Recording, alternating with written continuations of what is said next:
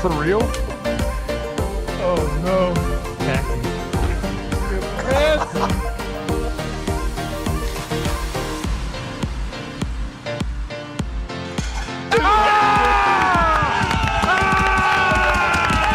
Let's go.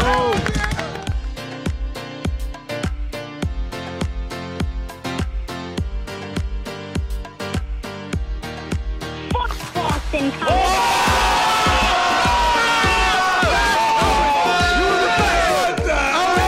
State of OH! Today.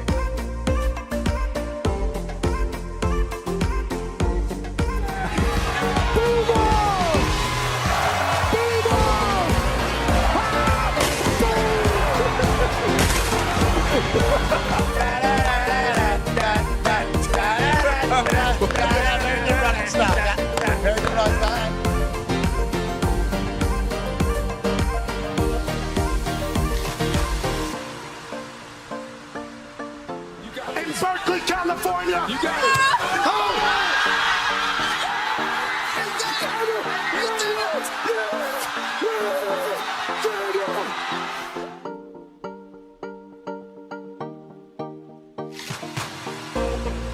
This one's for three. AJ Hawk, $5,000.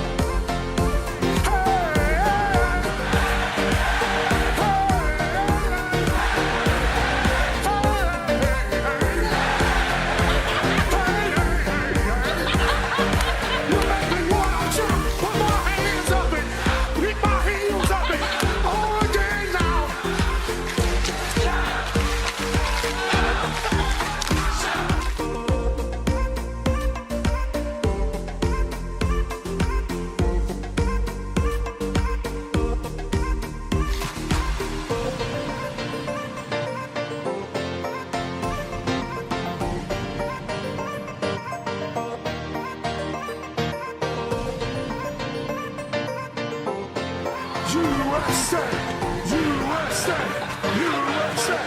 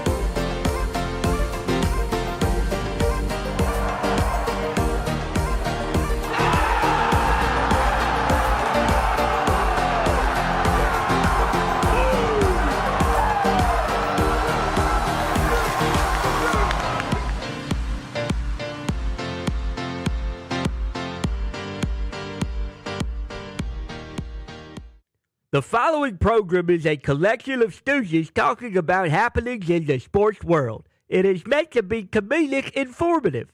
The opinions expressed on this show do not necessarily reflect the beliefs of their peers, their boss, or ESPN. There may be some cuss words because that's how humans in the real world talk. If you are young, please seek permission before watching any further. Hey! Why? Let's go! This show stinks, and the fact that you listen, we are very, very thankful for. McAfee on the line with a gorgeous assist. The all-time leading tackler for the Green Bay Packers. You pig! Damn it! Be a friend, tell a friend something nice could change their life.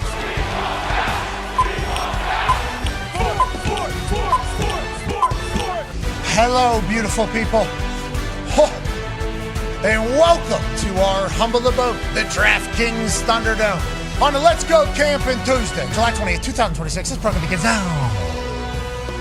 Football is happening in front of our faces, and the boys weren't certainly all on the same beat, but what we will say is we are going to feel the beat today as we're going to go camping. We're going to stop by training camps from one side of this country to the other, as all 32 teams have reported to their respective training camps. All 32 teams now are on the road to the Lombardi in Los Angeles, California on ESPN, February 14th. Who is going to get to the Super Bowl? Who is going to walk away from this particular season happy, as the other 31 teams are going to be bummed out? Now, there's going to be a lot of grit. There's going to be a lot of grind. There's going to be a lot of sandpaper in these training camps. There's going to be a lot of stories that aren't really stories, but we're going to make stories because there are no other stories. There's going to be a lot of injuries popping up. There's going to be a lot of holdouts taking place. There's going to be contract disputes, and there's going to be people requesting trades. Yes, there is.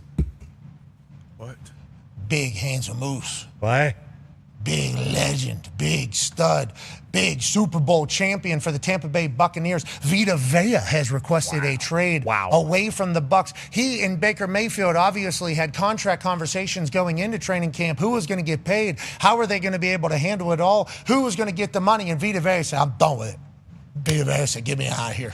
Crazy. Are the Los Angeles Rams going to make a play for Vita Vea to add to that defensive lineman filled with Avengers and Marvel characters? Vita Vea would certainly be another one. This dude was a kick returner in high school. Yeah. This dude was a kick returner and a running back in high school. Obviously, he played defense as well. Go ahead and give it to Vita Vea. He is 6'1", 345 pounds, and runs a 4.5 40. In high school, we like to call that unstoppable. Vita Vea is an absolute monster, a beast, a person that is beloved, but obviously we believe he's somebody that could come to our team and make our team better. Why don't you come to the Colts? DeForest Buckner's cleared. Yeah.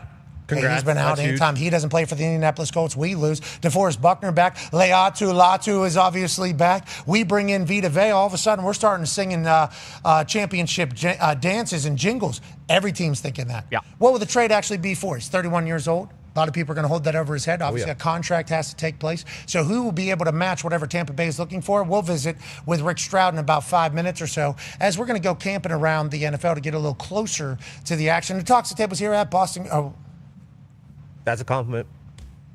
Boston Connor's not here, obviously. Yep. No. We love Con Man. We love that Con Man found love with Natalie. We do appreciate that he's celebrating his love currently, but sitting in his spot at the Talks table, AP Town looking good over there. Thank you. I appreciate that. The lighting over here is very, very nice. I sat down. I felt like Samuel L. Jackson when he sat down at Dennis Nedry's desk in Jurassic Park, but other than that, it's been pretty good. I'm pretty pumped for you to be able to pull that out, whip that out. We do know you're a big Jurassic Park fan. Just want to let people know that you still are. Rest in peace to Sam.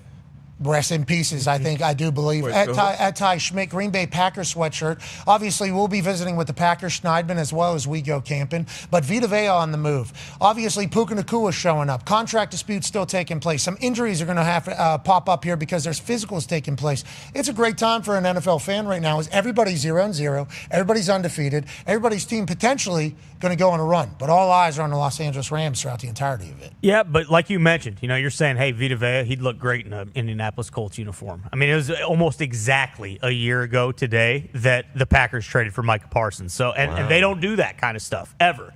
So if you're one of these other teams that's sitting out there and you hear that Vita Vea is available, don't lose faith. There's a chance. There is a chance, there's a prayer, there's a hope. He could get traded to your favorite team. It happened to me last year, and boy, what a year it was. Micah Parsons coming to the Green Bay Packers changes everything for the Green Bay Packers. Becomes potential defensive MVP. Gets hurt, then he guys go in the shitter. Yeah, exactly. Yeah, that's kind of the story of the game. And that's why whenever these early training camp injuries come around, you can't help but go, damn. Sorry to hear that. You kind of get off track before you even get started on this road to Los Angeles. 9-year NFL vet, Darius J. Butler. Yes, sir. I see you take the Pittsburgh Steeler helmet off the table there as you're sitting there and move the Yukon Husky one on there. We obviously appreciate the state of Connecticut a lot. Might be visiting there very, very soon, of course. Yeah, to get back up in there. I heard it's good whenever the weather is not negative 20, Yeah. Every time we've been there over the last couple of months. Pretty nice. It's been fantastic. Yeah. Trying to find people that love ball up there. It's an incredible They're all thing. over. New England Summers, baby. They're all over. Football, basketball, Wide. cross, Wide. I mean, any type of ball. Rowing, there's no ball there, but they're certainly high. You're getting into a training camp, though. Whenever you hear about all 32 teams being in camp, what does your mind immediately go to? Can I tell you what I do every single year? Absolutely. I found myself getting more active here. wake up in the morning, Yep. a little bit more definitely. committed to the workout. I think our bodies are just kind of like trained, like, hey, it's about time to not be a fat ass anymore. It's about time to start getting active. For you, Debo, what are your thoughts as we launch NFL training camps into the Sunday? I mean, you talked about it earlier when we came in with our football. We've been saying sports for a long time, covering other sports, talking other sports, which are important, which we love, but football is our bread and butter. This is what we look to, year round. We can't wait for this time of year now. All 32 teams are back. And just like us being offbeat, a lot of these teams will be offbeat. Yeah. When you build that foundation of a team, regardless of how many starters or coaches or people you have coming back, it's a brand new team every time you show up to training camp every year. So I'm excited for what's to come. It's a lot of surprises every year in and year out, not only in training camp, but as the season plays out. But I can't wait to see how things get sorted out. We got Vita Vea, you mentioned it. That's the biggest name right now who asked for a trade. Honestly, I hope everything gets worked out at Tampa. We'll find out more from Rick, but I feel like he should be a one-helmet guy. He's been a legend. I'm excited to see how that works out and the rest of these contract disputes around the league. Anytime you request a trade publicly, you could be potentially utilizing a little bit of leverage, because all of a sudden Tampa Bay finds out how many people are interested. You can kind of also get a sense of what the market is on what he should be paid, who's willing to pay, how many people are potentially going to step up and do that for 31-year-old Vita Vea. Yeah. Tampa Bay can learn that as well. So this is a public leverage position by Vita Vea, which we respect. We got a lot of teams, fan bases excited. I think everybody also understands that this ain't a first or second rounder. I think a lot of teams think like, hey, feels like we could get Vita Vea. Now, the deal that you're going to have to negotiate with Vita Vea is certainly the big conversation piece that's looming, which is why this is taking place. But if Vita Vea ends up on one of these teams, we're immediately going to think, oh, they've done it. They've won the Super Bowl. If he goes to the Los Angeles Rams, and we got Aaron Donald and Vita Vea in the middle of that D-line. Commissioner should veto that if that were somehow to happen. Like, I'm talking Chris Paul to the Lakers. Not doing it. Well, Nope. just think about Matthew Stafford, current reigning MVP, is under center. And then in the backfield, what do you have Aaron Donald leading for Vita Vea? That'd be cool. And then Myles Garrett, like what do you have him back and just have the full? Sorry, First Sergeant. Hoorah! Sorry about that. Okay, sorry about that. Break some change there. But if you have Myles Garrett, Aaron Donald, Vita Vea, Running the wishbone. Matthew Stafford right here, The Heisman package, basically. the what was it called? The tush push. Yeah. Are we still calling it that? Is that It's been still around. It is still around. He we was still the one calling guy it- that can stop it. Wasn't as successful. without Jason Kelsey? But Josh Allen figured out a way because they're doing the lead. Yeah. I mean, you get all these massive behemoths in one place. You assume they're going to be able to pick up a yard. You would think so. Anywhere but the Rams, I think we're all agree. thinking with Vita Vea. I agree. Now, granted, the expectation on the Rams pre-Vita Vea or potential with Vita Vea is that they got to win the Super Bowl. Listen to how we're speaking right Yep. now. We're talking like they aren't humans. We're talking like they're an actual video Right. game where they're going to show up, and they might because they got that trailer, that immortal Exactly. thing that they plug into. Like Jacob Sully getting into Avatar. They hop in there. Matthew Stafford comes back with the perfect back, wins an MVP for the first time ever. So they're all going to be plugged in, obviously. So we assume they're going to be Right. healthy. But here's what Sean McVay thinks about everybody's outside expectations on the team that he and Les Snead have put together thus far. I think you acknowledge it, but you also talk about that doesn't do anything. Let's be inside out. I think what's great is that people care about this game, and you guys have jobs to do, and we respect that. But I respectfully say that your guys' opinions doesn't mean shit to us. I respectfully say this. Okay, he's at a Community America event. I respectfully say this. Like, you guys are paid to have opinions, and we like how much you guys give opinions and how much people like your opinions. For us, no offense. I just want to let you know this is no offense. No offense is allowed to be taken here when I say this. None of you matter at all. Okay, nothing you have ever said matters. That's the right messaging from McVay. But once again, such a young head coach has such a great leadership style. Like him talking about Puka Nacua this entire offseason, and obviously Myles Garrett, and then his relationship with Aaron Donald, where he's like, first, Aaron Donald is an incredible son. He's an incredible this. It's like he has it all. When everybody was trying to find the next McVay, I think they were trying to kind of dismiss everything that McVay is as a leader, as a I think he's a vibes guy. I think every day he's the same. And obviously he's an absolute wizard whenever it comes to offensive play calling. So I think he's a special talent. We're lucky to have him as a head coach, even if he is 27 years old still. So. Yeah, and the expectations obviously are sky high, as they should be. And a lot of people are comparing or talking about the times, when that Eagles, when they kind of put together that quote-unquote dream team. But this is different. You got a reigning MVP. You got Stafford, who's been one of the best throwers of the ball since he stepped foot in the National Football League. And the same with Myles Garrett. He He's a generational pass rusher. So those are the kind of foundational pieces of this team. So, yeah, I see the expectations. They are what they are, and they should be. And I like how Sean McVay is speaking, because you know how the head coach has always got to knock you down a little bit, especially hitting the training camp. And remember, anytime the coach is speaking publicly, he's also talking to the locker room. Absolutely. So that is a conversation to the locker room. Hey, we do not care what these people say. And then the players go, okay, and we're allowed to say that we don't give a shit about your opinions. And also, this is a message that he is sending to all of us as we go in here. We got to earn it. They know they got to earn it. But anytime you're going all in, which they've done before, the expectations are to win, especially in Los Angeles, especially in their own stadium. Yep. I mean, so they understand it, and they got guys that have done it. Right. Now, Vita Vea heading to the Rams would be absurd, but this is kind of what happens. Remember, Patriots would always get somebody. Chiefs started getting somebody. Now are the Rams going to become that ring-chasing, big go-all-in team forever? Potentially, especially if they got something to sell. What is DraftKings and the odds saying about where he's potentially headed? So they haven't put out odds yet, but we were talking about it this morning. Like, let's say if you're the Cardinals, the Jets, the Raiders, like teams that are currently like in a rebuild, I don't expect to get Vita Vea. You and I were talking about it, like if him being 31 years old, him looking for a new contract. These are teams like that are ready right now to win the Super Bowl. So like we talked about the Rams, yes, Seahawks, Niners, like that whole division, I could see it. Patriots, I could definitely see do it. And like the Bengals before they got sexy Dexy, that would be a team like that would fit this. Ravens, even like teams that are ready to win right now is who you would expect to go out and try to get Vita Vea. Ted Nguyen reports that from a source, he wants to go to a California team. Chargers would make sense too. He wants to go to a California team. Okay. Now, I think Jim Harbaugh would love Vita Vea. Yeah. Oh, yeah. I mean, Jim Harbaugh talking about Vita Vea would be sweet. McDaniels on the offensive side using Vita Vea would also be sweet. So maybe it's the Chargers. Maybe it's the Rams. Maybe it's the Niners. They could use DT help. Maybe it's the Niners, right? Because anytime they have injury across the D-line, the whole team looks different. Yep. It's like that is kind of how they've been knocked down, injuries in abundance, which is why they're looking into that electro super duper. Yeah, the substation. They're saying it already started again. A couple other guys are already out. Yeah, it looked like there was a long list of people already. But, hey, remember, G-Days are happening here in training camp. They got a veteran team and everything, so you never know who's just getting rest, who needs it, who doesn't need it, who needs a ramp up, who's actually injured. There's a lot of gamesmanship taking place. We don't know enough, though, do we? No. I've been reading that all over the internet. Not boots on the ground.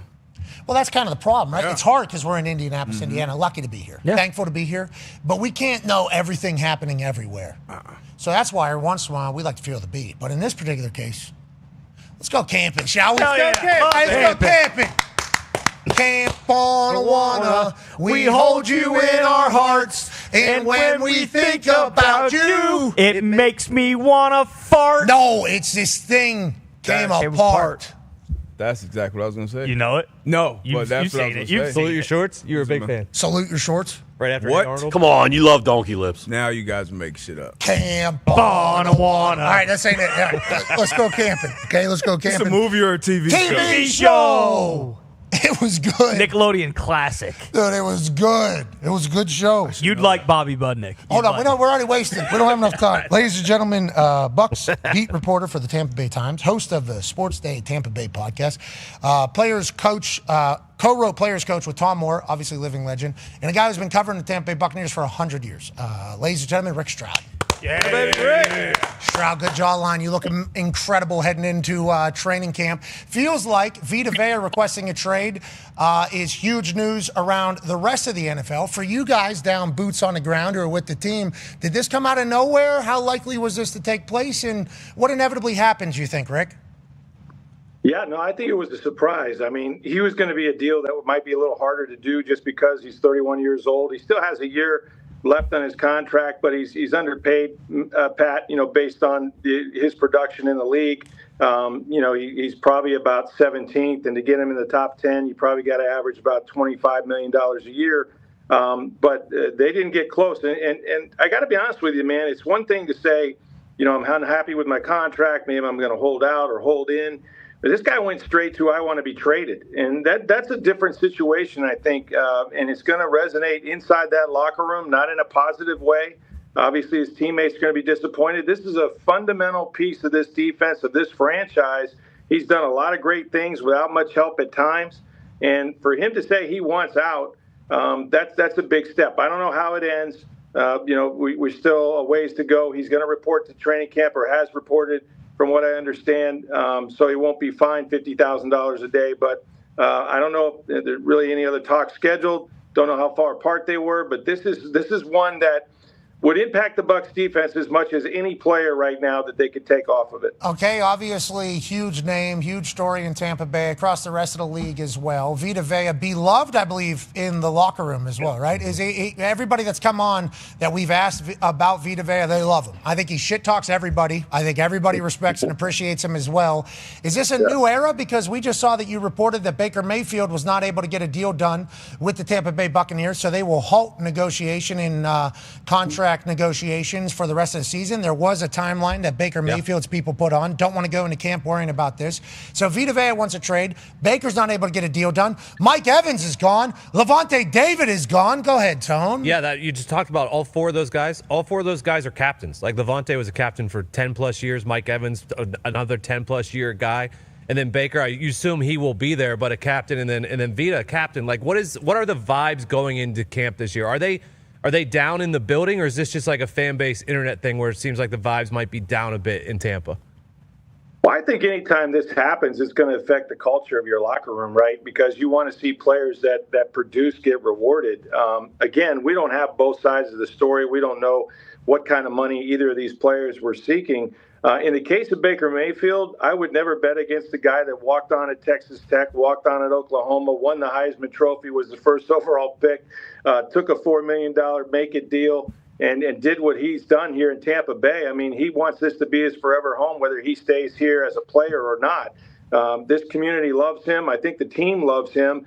But is it unlikely that Baker would bet on himself? No, that's who this dude is, man. Like, you back him in a corner, and I think the danger would be he goes out there, has an unbelievable year. Yeah, you could use a franchise tag, but there's all kind of ramifications with dead money with that. But what if he says, you know what, you didn't believe in me before this season, and Matthew Stafford's retired, and I want to go to the LA Rams. There's a lot of things that can happen in the next, 6 to 8 months. So we'll see. But he set that deadline, and he's apparently sticking to it. From what I understand, they weren't very close on an agreement. So Baker will play out his final year in Tampa, and then we'll see what happens. Throwing a lot of touchdowns to Mike Evans in this highlight clip, obviously. Going to have to replace that as well. That's a huge story because maybe they are moving on to what the next iteration of the Bucs have to be, or this is all just a part of the business mumbo jumbo. Now, you talk about business, especially in the NFL. You win a Super Bowl, but how long do you have? Ty has the last question for you here, Strad. Yeah, Rick, there were parts of last year where it seemed like Todd Bowles was kind of on the hot seat. We saw one of those press conferences where he was, expletive-laden, dropped a bunch of F-bombs. He never does that kind of stuff. And then obviously the way the season ended, do you get the sense that he's maybe kind of on the hot seat going into this year? And then also, what about Jason Light? I think every coach is, if you're not named Andy Reid or maybe Kyle Shanahan or Sean McVay, they're all on the hot seat, right? And certainly Todd is there too. They want to win Super Bowls here. There's no secret about that, although he's in the first year of what was a 3-year contract extension this season. But you have to win, and I think you just look at what he did. Defensively, they were really bad last year. They went out and did a lot of things on defense, whether it was in the draft with Reuben Bain, Josiah Trotter, bringing in guys like Ashawn Robinson. They're trying to fix this defense, and he's in charge of that defense. It was not good last year, and so you can't have 5-1, 6-2 starts and then collapse every season. So absolutely, he's on the hot seat. As for Jason, I don't know. There's not many GMs that have his resume right now with the Super Bowl win included. But everybody's evaluated every single year. And so, this is a what have you done for me lately business. I think all those guys know that they have to win and win right away. And that's why they made so many changes. I mean, they made 4 coaching changes on defense alone this offseason. So that'll tell you how Todd Bowles feels about his job security. All right, well, we know your job security is good forever. We appreciate the hell out of you, man. Thank you for joining us. That's Rick Stroud. Hey, Rick Stroud is the host of Sports Day Tampa Bay. It's a good show. A lot going on right now down there. Oh, yeah. I bet you Rick Stroud's kind of in there cooking. Oh, yeah. Definitely. Let's not just go to Tampa, huh? Let's go camping. Let's go camping. Let's go camping. Let's go. Like we that need fire, to go camping, don't we? Let's head to Kansas City, ladies and gentlemen. Joining us now, ESPN Chiefs beat reporter and writer Nate Taylor. Yeah. How you doing, brother? I'm doing great, Pat. How you doing? Good. Just real quick, I'm going to say something here just to kind of learn. You let me know. Camp on Awana, we hold you in our hearts, and when we think about you. Yeah, I'm gonna not be able to finish that. Okay. Sadly. Okay. Yeah. Yeah, That's it's what I thought, unfortunate. Learning a lot about salute your shorts. Yeah, Might be a two American situation here, boy. I think we're on to something. Yes. That might have been right. How old are you? Before my generation, I'm going to be 39 in September, so that might have been right. That's smack dab in the middle of it. 39 as well. Yeah. Yeah. Okay. Well, let's chalk it up to two Americans. Just saying. All right. Hey, by the way, there's a great series waiting on. Yeah. Waiting on you guys out there. Fucking salute your shorts. I'm sure it holds up. It does hold up. I'll look it up. It's unbelievable. All right, Nate, let's talk about the Kansas City Chiefs. Patrick Mahomes being back, obviously the huge story. We see him rolling left into his knee, throwing. He looks good. Dr. David Chow, who runs sports super medicine on football the internet. doc. Yeah, football doc. He said, obviously looks good. He's known as a quick healer, but first week TBD, we'll see where he's at. What is kind of the messaging around you guys for where Patrick Mahomes is in his health-wise, and what should we expect over the next couple weeks of training camp?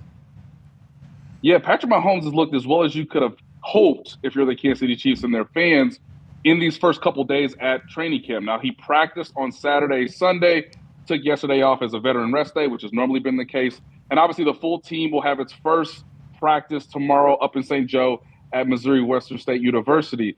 As you can see here, Patrick Mahomes has done a lot of work in terms of his rehab and his recovery to be able to do a lot of these things that I think was a question coming into training camp. Can he operate under center?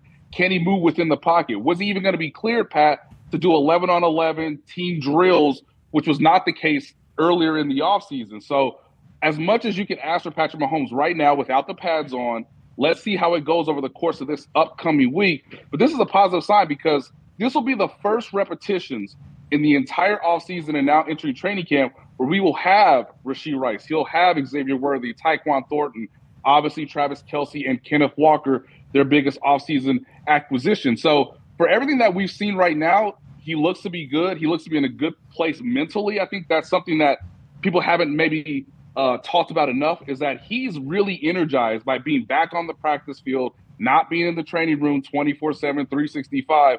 He's now getting to a point where, okay, I'm going to build timing with my receivers. I'm going to build, true bonding and chemistry with my teammates and the coaching staff in terms of how do we get the offense to get back on track. And he even said on Friday, he's got to get better at the deep ball. The only way you do that, Pat, is you have a strong core and you got your legs under you and your footwork is proper and sound. So that's what I'll be looking at over the next couple of days as the Chiefs have their real first look at what this offense might be like with Patrick Mahomes trying to come back and get ready for week 1 on September 14th against the Denver Broncos. Hell yeah, Nate, you nailed that. Whenever you talk about getting better at the deep ball, having a dude, too, also helps. That is something that helps. But anytime we see Patrick Mahomes on a football field, we're pumped up about it. We're happy about it. I saw him on a dance floor and on a stage. It looked like him and the lads were having a great time. I'm telling you, I think that was one of my biggest takeaways, other than Brad Pitt bringing me a Jack and Diet, which was unbelievable. Yeah, massive takeaway. Yeah, that's a huge takeaway from the entire thing. And shout out, I think anything he does is going to be good. And Bradley Cooper's so handsome. I mean, it is outrageous. But the dance floor, which I did head to, the Chiefs were all, it was everybody. They were all in there. And then Patrick Mahomes was right in the middle of that thing. Whenever you talk about him, Travis and Patrick Mahomes being in the middle of it all, it's like that's great two guys to be leading this entire thing. And if they got the dogs and the weapons and they're overlooked, so they got a chip on their shoulder, I love it. You talked about a Super Bowl MVP there, though, that's been hard to find any clips of. Go ahead, Tone. Yeah, Nate, you did. And I was looking for clips of Kenneth Walker from camp so far, and it was hard to find any. But Mahomes already said this year, like, he realizes he needs to run less. Like, he ran so much last year. Now with Kenneth Walker, do we think Mahomes, that'll be less pressure off of him to use his legs? And was it just an offensive line thing with Pacheco in the running game last year, or what do we think about the running game coming in this year? Yeah, one of the things that you have to realize about last year is that the offensive line had injuries throughout the course of the season, right? Even Josh Simmons, the dynamic left tackle who was a first-round pick, he was absent for the team for about a month. And, of course, Pacheco had his own struggles coming back from his own leg injury in 2024. So there were a number of factors. When it comes to Kenneth Walker, though, at least what we saw in the offseason program, and again, we'll see him for the first time in full tomorrow, he has the explosion, he has the vision, and what the Chiefs like is that he can make people miss in the second level of the defense, right? The linebackers, the safeties. That was something that the Chiefs missed so much last year, was not only just explosive plays, but being able to break tackles or evade defenders who were coming at a certain angle where it put more of the pressure on Mahomes. Now, a lot of teams last year, fellas, played man coverage against the Chiefs on critical downs, which meant that Patrick had to go through his own calculation in his mind, realizing that, okay, if no one's open against man coverage, I got to get out of this pocket and I got to go. And one of the things I'll always remember, Pat, about that opening night in Sao Paulo is that he was running over defensive backs. He was trying to get through linebackers to make it a point that he was going to be a tougher quarterback. He wasn't necessarily going to use the sideline to his advantage that we had seen in the past. Well, now he's got to change that mentality once again because of the ACL and LCL surgery that he had on his left knee. He's going to have to rely on handing the ball off to Kenneth Walker. And I think for the coaching staff, most notably Andy Reid, the play caller, man, you got to find a way to get Patrick Mahomes under center so that you can have the true capability of a traditional play-action drop-back passing game, right? That was something that the Chiefs really weren't good at last year. It's something they really didn't feature a lot in their offense. But if you got a legitimate threat in Kenneth Walker, well, now those linebackers and those safeties have to respect that. And maybe now you can throw the ball over the top to Xavier Worthy, or maybe you can find openings for Travis Kelce in the intermediate zone if the running game is effective, and you can set that up for the play-action pass. Yeah, play-action, obviously a great weapon for a quarterback. Have to be able to go under center if you want to get the run game going, allegedly. I mean, every team that's ever won has been able to do it. Shout out to Harold R. Kuntz, pronounced, for this video. Yes. I have learned that lesson publicly, that K-U-N-T-Z is Kuntz, of course. Sure. Of course it is. Yes. It could be something else, though, and that's just my natural brain, but Kuntz all over it, Nate all over it, and we appreciate the fact that we just called out not having any Kenneth Walker clips. He's not a rookie, so he reports camp today. Sure. The clip's not possible. That's on us for getting upset about that. But I do appreciate that Patrick Mahomes come out and said, I got to stop taking as many hits, because last year whenever we were down at Texas Tech for College Game Day, he walked up onto the set, and I just, hey, listen, man. You and I know you. I'm a fan. I think we could say you need to stop running. Yep. You need to stop getting the hits that you're getting. And he told me, well, if we need it, the offense needs it, we're going to keep doing it. It's like, no, you need to stop, man. This is for the good of fucking football, okay, for everybody. We need you to stop getting hit for the good of ball. And obviously he was a monster. He was running over a lot of people. Oh, yeah. I mean, he was giving them out. I'm happy he has those on his highlight reel for whenever he goes in the Hall of Fame. Now let's get back to the magic. Let's get back to running backwards 30 yards and then throwing it as far as we possibly can to somebody. Let's get back to not getting killed every time I see you on TV. I'm happy that's going to happen. Now, last question. You bring in Kenneth Walker on offense. On defense, though, lose a couple. D-Bud has the last question for you, Nate. Yeah, Nate, part of this dynasty, obviously Mahomes has been great, but defense has helped win some of these championships. Who will you think will be carrying, I guess, a heavier load in the defense? It'll be a lot of guys departing, obviously, a lot of new faces, even some familiar faces back like Snead coming back. Who are some of these guys that we expect, I guess, carrying more weight on that defensive end this year? Yeah, I mean, once again, Chris Jones is going to have to be just an all-world player at defensive tackle. Now, he moves out to edge on third down occasionally. But look, the Chiefs are going through a youth movement yet again. It's something they did in 2022 with Trent McDuffie and Brian Cook and Jalen Watson. And I mentioned all those guys because they're no longer here. Those guys all got paid. They all went elsewhere. Obviously, the Rams sought out to have Trent McDuffie and make him the top-paid cornerback, at least for now. Jalen Watson was their number 2 cornerback. He's in Los Angeles as well. Even Leo Chenal, who was probably their most versatile defensive player in the linebacking core, he's in Washington. So look for these names now. You got Mansour Delane, who the Chiefs moved up to 6, and they're basically asking him, hey, you can be a version of Trent McDuffie, or you need to be slightly better than Trent McDuffie, who we know is an all-pro player. You got Peter Woods, who I think might be their best pick in the draft at 29. He was a defensive tackle out of Clemson. And for years, fellas, we know Chris Jones is going to get double-teamed on third down. We know that Steve Spagnuolo is going to set up some blitzes where you use Chris Jones as basically furniture to get somebody open through a gap or two. Well, can we have Peter Woods be able to win one-on-one when you know Chris Jones is going to take up much of that attention? The Chiefs are asking a lot out of R. Mason Thomas, a second-round pick. He might be a starter on opening night between him and Ashton Gillotte in terms of, hey, can you give us a speed element off the edge that the Chiefs really haven't had since Frank Clark? And again, Frank Clark hasn't been on the team since, 2022? They're asking a lot out of these rookies. You know you're going to have Nick Bolton. You know you're going to have Chris Jones in the mix. And Spags is going to obviously dial it up with blitzes. But these young guys got to be exactly what the draft class was in 2022, which is durable, dynamic, and they're going to grow over the course of the season so that they can be ready when the Chiefs, if the Chiefs make the postseason, so that they can be core contributors. But as of right now, guys, the biggest question mark to me is, outside of Patrick Mahomes, how does this defense gel to be ready on opening night against Bo Nix and the Denver Broncos, who have a pretty good offense themselves? We shall see. And not a bad defense for Patrick Mahomes come back from an ACL to take on opening night. We appreciate you, Nate. Camp on Awana. We hold you in our hearts. And when we think about you. Salute your shorts. There. Nailed it. Close enough. Yeah. Nate Taylor. Yeah. We're getting there. Song sucks. We know. Dude, stop. It stinks. It's an open to a fucking. It's a jingle. Yeah. What do you mean? We grew up in the age of great jingles. Which one? That one fucking stinks. We know the next guy probably watched this show. Ladies and gentlemen, let's not just stop in Tampa Bay and Kansas City. We got to continue. Let's go camping, boys. Let's go camping. Let's go to St. Vincent. Oh. Let's go to Latrobe. Hell Ladies and gentlemen, Pittsburgh Steelers reporter for the Pat McAfee Show. You can find his writing on X. Might be the right answer for a lot of local reporters. Nobody's going to give Caboli the credit for it. Ladies and gentlemen, Mark Caboli. Hey, Caboles. How you doing? What's behind you there, Mr. Rogers?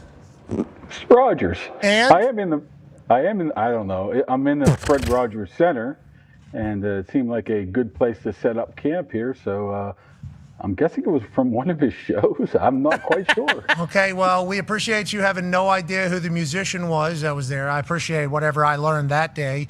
Mr. Rogers' Neighborhood? Yeah. Mr. Rogers' Neighborhood? Yep. Yes, absolutely. Thank you. Now we're talking. Okay. The cardigan on. All right. Yeah. Switch out the shoe. Yeah. Here we go. Yinzer. Here we go. Yeah, I know. Yeah, I actually found that out. I think last year with the training camp. Yeah, great Pittsburgh man. Okay, let's talk about Pittsburgh men. Mike McCarthy, Aaron Rodgers. Obviously, Omar just spoke about how much he gets asked about how much Mike McCarthy's a Pittsburgh guy and how much he loves it for the Steelers. Aaron came out and said, this is definitely my last year. I thought about retirement. I love Mike. I came back for Mike to do this here. So potentially, lead the way for the next quarterback, just like he did for Jordan Love in there in Green Bay, whether that is Aller or Will Howard. What is the big story right now, Caboles, out of Pittsburgh? Because it feels like all kumbaya going into camp. Does it not? First time, long time? Yeah, I mean, it's the first time in 19 years now that we've seen something different up here at the training camp, and it has been totally different. I say the story of the day is, or the story of the camp so far, would be Mike McCarthy and just how he has changed virtually everything about this organization and how they go about their business in such a small portion of time. I mean, his attention to detail, and I don't know, you guys probably knew this more than me, but his attention to detail is just off the charts here. And that surprised a lot of people. I think it surprised some of the players. Definitely surprised me. He's raring to go here. Like I said, he's changed everything from the start of practice to how they go about practice. They're not going to hit it all during training camp, which has been a Steelers staple for years now. But how McCarthy has just taken over, and you could tell that he's a 16-year veteran in this business of how quickly he's been able to get up to speed and knowing what he wants to do. And he's been very, very impressive to me. When he got hired here, a lot of people in Pittsburgh were like saying, what are they doing here? Instantly, he won them over. And if anybody comes out here the next 3 weeks and watch him, I think they're going to win him. He's going to win them over even more because Mike McCarthy has been very impressive so far. So I said this publicly, and a lot of people got mad that I was being asked about this. I mean, I don't know why I wouldn't be, because but a lot of people got mad that I said, like, yes, the Steelers called me to ask me about Coach Mike McCarthy and what it was like to work with him versus some other guys and what it has been like.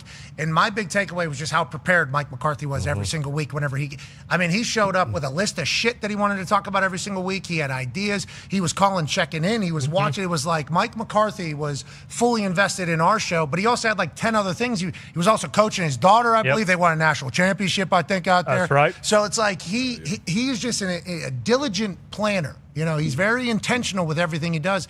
And I do believe, and this means no offense to anybody, no offense to anybody. Exactly. Just please, no offense to anybody. But when you're a large human and you have a Yinzer accent, I think the natural reaction is like, this guy, big doofus, And I think a lot of people, no, we're talking about Coach McCarthy. Oh, okay. Talking about Coach McCarthy. We're talking about Coach McCarthy. Yeah, no offense, I said also to anybody here. But I think that was like kind of a lot of people's thought is like, this guy's like this. And our experience with him was the complete opposite. I mean, it was like notes. It was to everything. So I said that whenever, I was asked about it. And then whenever he gets hired, they're like, yeah, we did call and ask how it was.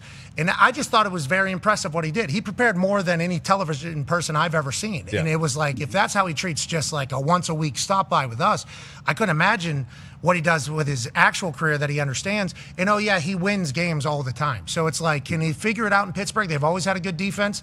Offense seemingly been an issue. Health kind of a thing. Attention to detail seemingly a thing. It's like everything he brings should lead to success quickly. And it sounds like it's already kind of settling in, especially with a quarterback who's going to be all in. Now, Tone has some questions for you, Mark. Yeah, Kaboli, kind of building off that. TJ Watt came out today and he said, I know I say this every year, but it feels like this year we are actually going to move around him, Herbig, and Highsmith. And then DK kind of came out and said something similar about him moving around and how much better the offense is going to be this year.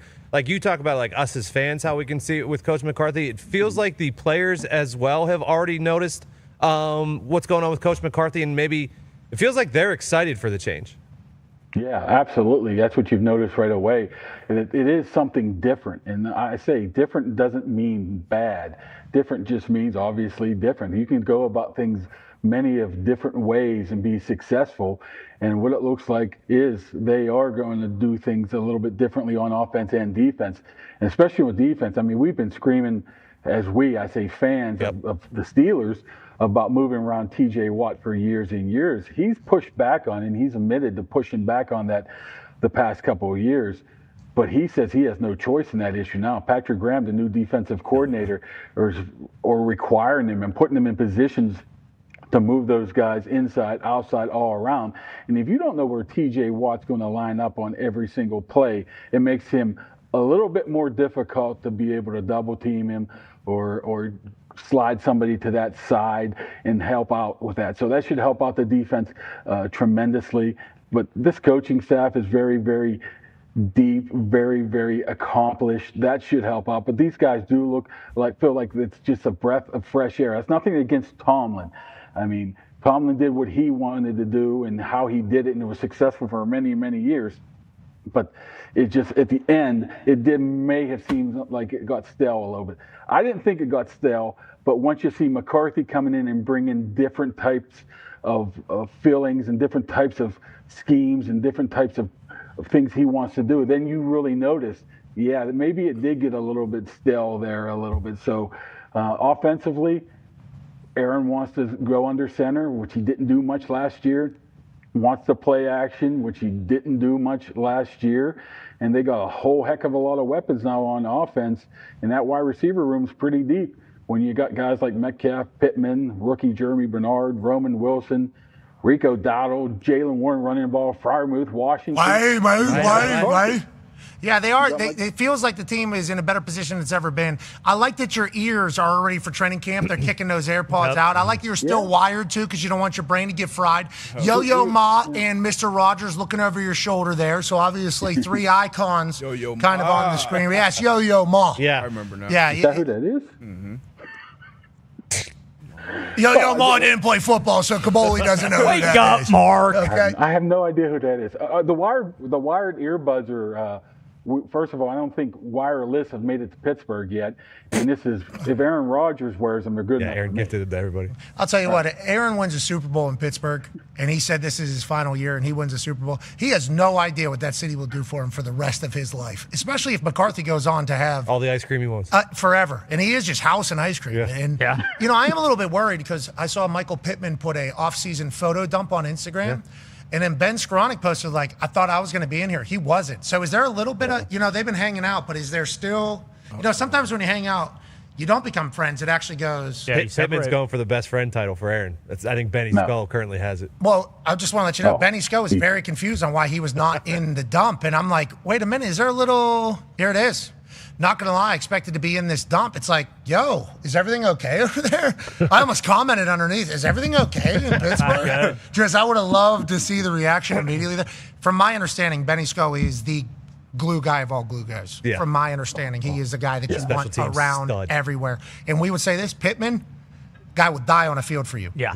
Yeah. Like, actually, he will go headfirst into a blender to catch a ball. I mean, he's perfect for the city of Pittsburgh. I'm almost getting too excited. But now, before we think about the future, last question for you. We're going to have to revisit the last 25 years. Go ahead, D-Bud. Yeah, absolutely. Something I've been following along with you. Your greatest Steelers of the last 25 years. I know this list was tough. This is obviously a great organization. Your top four. How did you get to that top four, and have you gotten any pushback for it at all? I love it, by the way.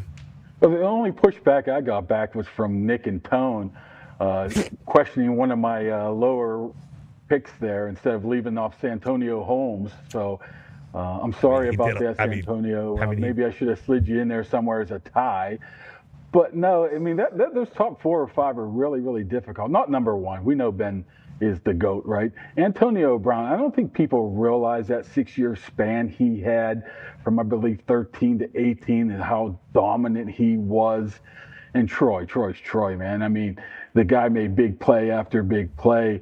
And TJ Watt, when you have 115 career sacks, he's up there as well. So it's a really tough list. And you look at the top 10, I probably did Alan Faneca dirty there. By thought that big time. Thought that yeah, as well, I Mark. thought so. But he's real thin, so he's not going to go fight you right now. He's trying to live a healthy life. A little No, Jerome Bettis is just a wild thing to think about. But you go, last 25 years, he was only a couple times. It's like Santonio Holmes. Where's Santonio? He's got the best catch in the history of the Super Bowl. Actually won that thing against Arizona in the corner. Now, granted, this is you putting together a list on us, so we're allowed to do this. I would never sign up to do this. No. Because you're going to piss a lot of people off. Yeah. For instance, Santonio Holmes is going to say, oh, okay.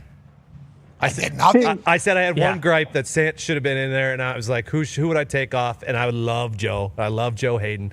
But he was only there for 5 years. Sant was there for 4 years. Sant was the Super Bowl MVP, best catch of all time. The kickstand catch. Kaboli, that is something. It feels like you do have some, obviously, some contentious reactions. Antonio Brown at number 2. I think a lot of people are going to go AB over Troy fucking Polamalu. And then you run some Antonio highlights. It's like, yeah maybe, actually, if we could have kept it. Nonetheless, great list. Great team, great organization, great correspondent. Ladies and gentlemen, Mr. Rogers, Yo-Yo Ma, and Mark Kaboli. Kabols. Ladies and gentlemen, we got to get out to the West Coast, don't we? Yeah, we do. A lot of conversations happening about this team. They bring in a legendary wide receiver. They potentially lose a wide receiver just because he doesn't want to play there. Does he want to play anywhere? We don't know. Got a young quarterback that's a stallion who's paid. And they got a coach who's battling recovery of a bad car accident that happened on July 14th. Hey, let's go camping. Let's go camping. Let's head out to San Francisco. Joining us now, ladies and gentlemen. He covers the 49ers for the San Francisco Standard. David Lombardi. We are way past time. What up, Lombo? Boom. How's it going? You guys missed the city yet? I was just about to say we're gonna need to push. We are never gonna get everybody in this hour that we scheduled. We are already 10 minutes behind. Lombo, we apologize for making you wait, but we appreciate you joining us. We do love that city. How much are you loving what you're seeing and hearing about this Niners team going into the year? Kyle Shanahan news. Very scary, sounds like. 40 stitches, concussion protocol that came out today. He was holding his phone, but somebody swerved into him. He is not being held liable, but certainly very serious injuries have taken place. He's kind of watching as Chris Forrester's going. Is that the big story coming out of San Francisco 49ers camp, or is it Mike Evans getting acclimated with the offense? What do you think is really the big talking point right now, Lombo? Well, it's a combination of both, because the good news with Kyle is that he has been out on the field the first 2 days of practice, about 20 to 30 minutes. He's been watching in deep center field. That's where John Lynch likes to watch from, because Lynch in his playing days is a safety. He likes that vantage point. And yesterday, actually, the 49ers ran a couple deep passes right toward where Kyle and John were standing. And Kyle actually had to scatter. He had to move because he had a receiver and a cornerback bearing down on him, and he got out of the way just fine. He's been wearing sunglasses and I haven't really gotten an up-close look at the injuries on his face, but he has a lot of fractures and he had to have those 40 stitches. But the good news is that he is out on the field for those 30 minutes a day. The concussion is probably limiting the time that he can be out in the bright sun, but they're hoping he's going to be back full-time sooner rather than later. But what he has seen in those 30 minutes, guys, is a wide receiver core that is way, way more threatening deep than last year. Starting with Mike Evans, but Dejon Stribling is fast and Ricky Pearsall is healthy. So they've been attacking and stretching the ball downfield quite a bit here over the first 2 practices. Okay, we like to hear that. Tell me about the defense. We got dogs everywhere. Obviously, Fred Warner says tackling's not that hard because you just run through somebody's face, I believe is what he said. And he plays like that, as does the defense. They've had injuries last couple of years, I do believe. Raheem Morris over there now. Yeah. Luos, DC. I mean, there's potential magic in the air for the Niners as a whole. Tell me about the defensive side of the ball and what expectations are for them. Well, guys, just go back to the first 2 weeks of last season before Nick Bosa went down in week 3 and then Fred Warner went down in week 6. But the pass rush closed 2 games, 2 wins for the 49ers, including one on the road over the Seahawks, who ended up being a dominant team that won the Super Bowl. That was Nick Bosa knocking the ball away from Sam Darnold. So obviously when they lost those 2 guys early on, it was all downhill from there. They couldn't stop the run at the end of the season. They couldn't rush the passer. They had only 20 sacks. That was the fewest in the league. So I said at the start of this offseason that the 49ers' biggest additions, no matter what they did in free agency or the draft, would be Fred Warner and Nick Bosa, because you effectively didn't have those guys last year. They're both back. Nick looks unreal. You can't even tell that he tore his ACL. The 3rd time he tore his ACL, but he looks like he's in great shape. Trent Williams even said that it looks like he's in better shape than he was before he tore his ACL last year. And Fred, it's funny, every single time he makes a play, he looks over toward the media and he pretends he has a phone in his hand and he starts saying, hey, tweet about it, tweet about it. He's very, very excited to be out there. So they've got the 2 veteran stalwarts, but then, of course, they're adding some young talent to that defense. They were the oldest defense just 2 years ago in the entire NFL. Now they're one of the younger defenses in the entire league, so they're hoping to fill it in with some nice speed and exuberance around Warner and Bosa. Kittle's 100% healthy? Not yet. I would. He's ahead of schedule, and he is still on PUP right now. But he's shooting to be back for week 1. The problem is that there's going to be a 15-hour flight week 1, and I'm not really sure if they're going to let him get on that flight. But he's tracking to be back sooner rather than later. Hey, Down Under's awesome, though. Oh, yeah. Hey, last question from me. Camp on Awana, we hold you in our hearts, and when we think about you. Oh, boy. I have no idea. God damn it. Okay. Lombo, he's younger, though, right? Okay. Is there 3? Lombardi, how old are you? Americas? I don't know. I did hear a little accent. Me, I'm 38. Shit. Am I Where are supposed you to- from? Where are you from? Central California. There it is, yeah. What does that mean, There's a Tony? lot of Americans. You know, I'm sorry. I think it only played Visalia, on the East California. Coast. We could shout out to my hometown. It's near Fresno. Shout out to them. They missed out on something pretty big, but I do like everything about it. We appreciate you. That's Lombardi himself, ladies and gentlemen. He's a Stanford guy. I ain't fucking watching. Did Nickelodeon only air on the East Coast? I don't know. I'm trying to wonder. There it is. Camp on Awana, we hold you in our hearts, and when we think about you. No way. I'm clicking it. Let me see that cast. No, dude. Look at Ugg. No. Look at Ugg. No, I was watching Power Rangers, all right? I can Those are Ryan? Us too. Those are Ryan? So is Barney. You watch a little Barney? Love Barney. I got Did you watch Rugrats? Rugrats was great. Because it was right around then. Rugrats was good. Doug. It's Recess? What was that one? Daria? Clarissa Explains It All? I didn't watch I don't Daria. think Daria was MTV. Yeah, It was, right. but They all kind of same time. Yeah, period. Rugrats and Simpsons. Salute Your Shorts was certainly real. The next guy, I know it. He might be too young. How old is he? He's a spry young pup. What? Yeah.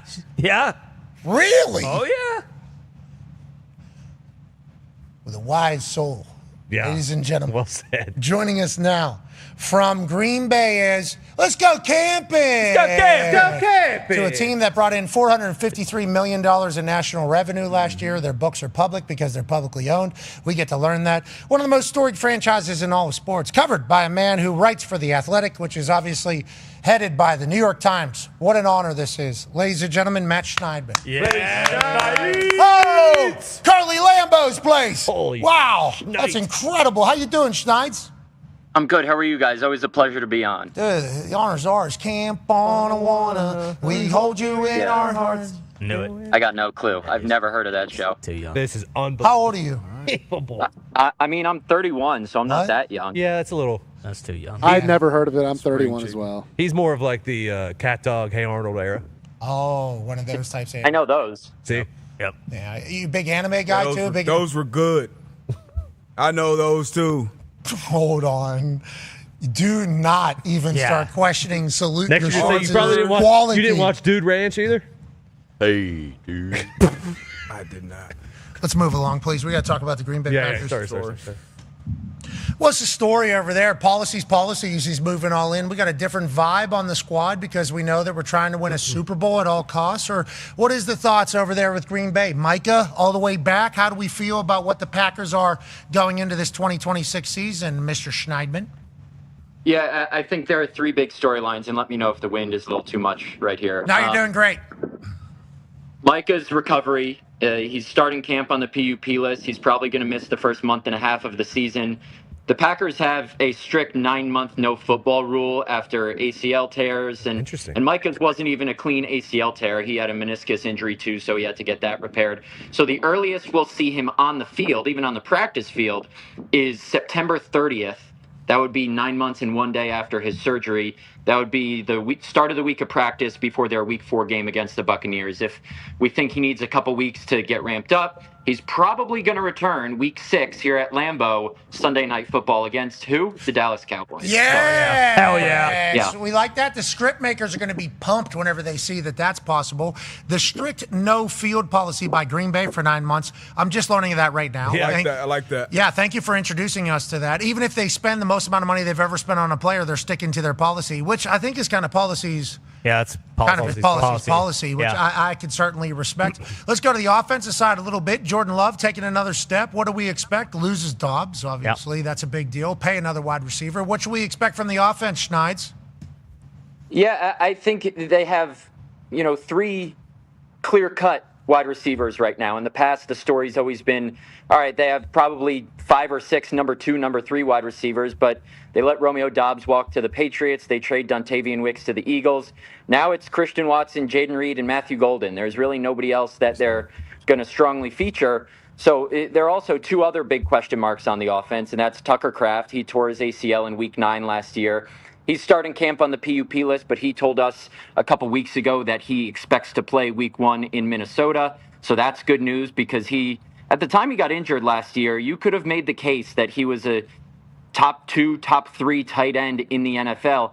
And he's probably going to become, I wouldn't be surprised if he is, the highest paid tight end in the league here in the next couple weeks, maybe even before he steps on the field. And then another big question on the offense is what's going to happen with Josh Jacobs' legal situation. He's still under investigation by the Brown County District Attorney's Office, which I emailed them on Thursday. They said, it's still an open case. We'll have an update when something's resolved. But he was arrested and then jailed on 5 charges relating to domestic abuse in May, released from jail because the DA's office couldn't find enough evidence at the time to pursue those charges. They wanted to continue their investigation. He practiced all offseason while he was under investigation. Players on the team have strongly supported him. Matt LaFleur has said he's been a model citizen around here, but his future is kind of uncertain as well until we find out how this legal situation resolves itself. God, it's crazy that what sports has all involved in it. I mean, there's so much luck. There's so many mistakes that it can't happen. There's so many things that have to take place to win a Lombardi. You guys know anything about that over there, Lombardi? And a little bit. Do you? Just a little bit. It's been a while, but a little bit. Ty has a question for you, Schneid. Yeah, Schneid, what about the O-line? 2 years ago, that was like, they arguably had one of the best offensive lines in the league. Then last year, it was kind of bad, changing a lot of different guys around. They let a couple guys go. Are we anticipating that they'll kind of have the same nucleus and they're not just going to start a bunch of different combinations this year? And do they feel good about where their offensive line is at going into this year? Yeah, I think they do, but there's 2 big questions, and that's Zach Tom, who's their best offensive lineman, who's received some... Sorry, there's a truck behind me. I like that we're working. Yep, hell yeah. That's what we're doing. Yeah. We're working out here. People are doing real work. Zach Tom... Sorry, let me wait for them to drive by. That's good. That's New York Times of you right there. I like what you did there. Thank you noise here. Thank you for the professionalism. You're welcome. Zach Tom, their best offensive lineman, received a couple All-Pro votes the last couple years, but he partially tore his patellar tendon against the Broncos. Same game Micah tore his ACL in last year.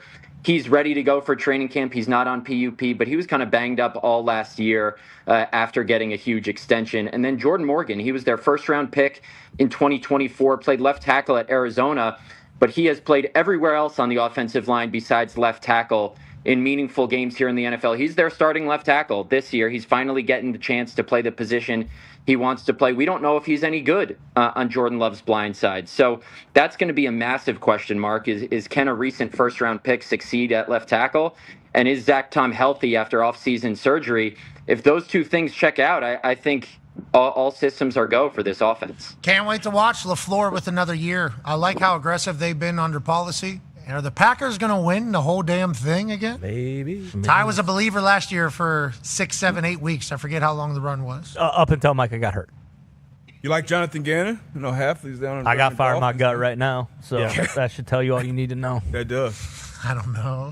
I think the fire you have in your gut is a little different than what he's It might be. I mean, You had how many coffees this morning? Yeah, I had a couple. It was an early morning. If he Was it just coffee, or did you have I snuck a bowl in there a Red as Bull well. as well? Yeah, sugar free. Four coffees. Sugar free. No, I mean, well, technically it's not a coffee. I mean, it's it's an espresso. It's not the same thing. The study that came out, like you could have like 5 to 6 coffees. Yes, you can. That's But, actually good for you. but I'm saying, but for Ty, the fire that he's feeling in his gut, I think it is different than the one that Gannon was looking for as the head coach of the Arizona Cardinals. I just don't know if they're the same fire. But you are a hungry lad, man. Yeah, doubling down on Chick-fil-A after all that was certainly a choice. But we appreciate you doing that. You got to do it. Hey, go Pack, go, go Pack, go. Saw the owners' meeting. Obviously, Ty wasn't able to make because he had too much fire in the toilet as well. But we appreciate everybody showing up. Schneidman, you're the absolute man. Good luck this season. Thank you for taking time with us.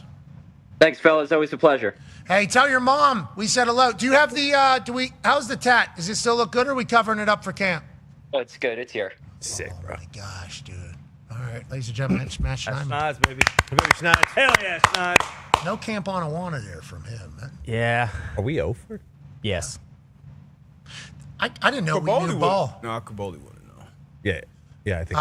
Actually, was that? Can I see that picture again? Mm-hmm. Yeah, his son was on the show. Yeah, that's Caboli right there on the left.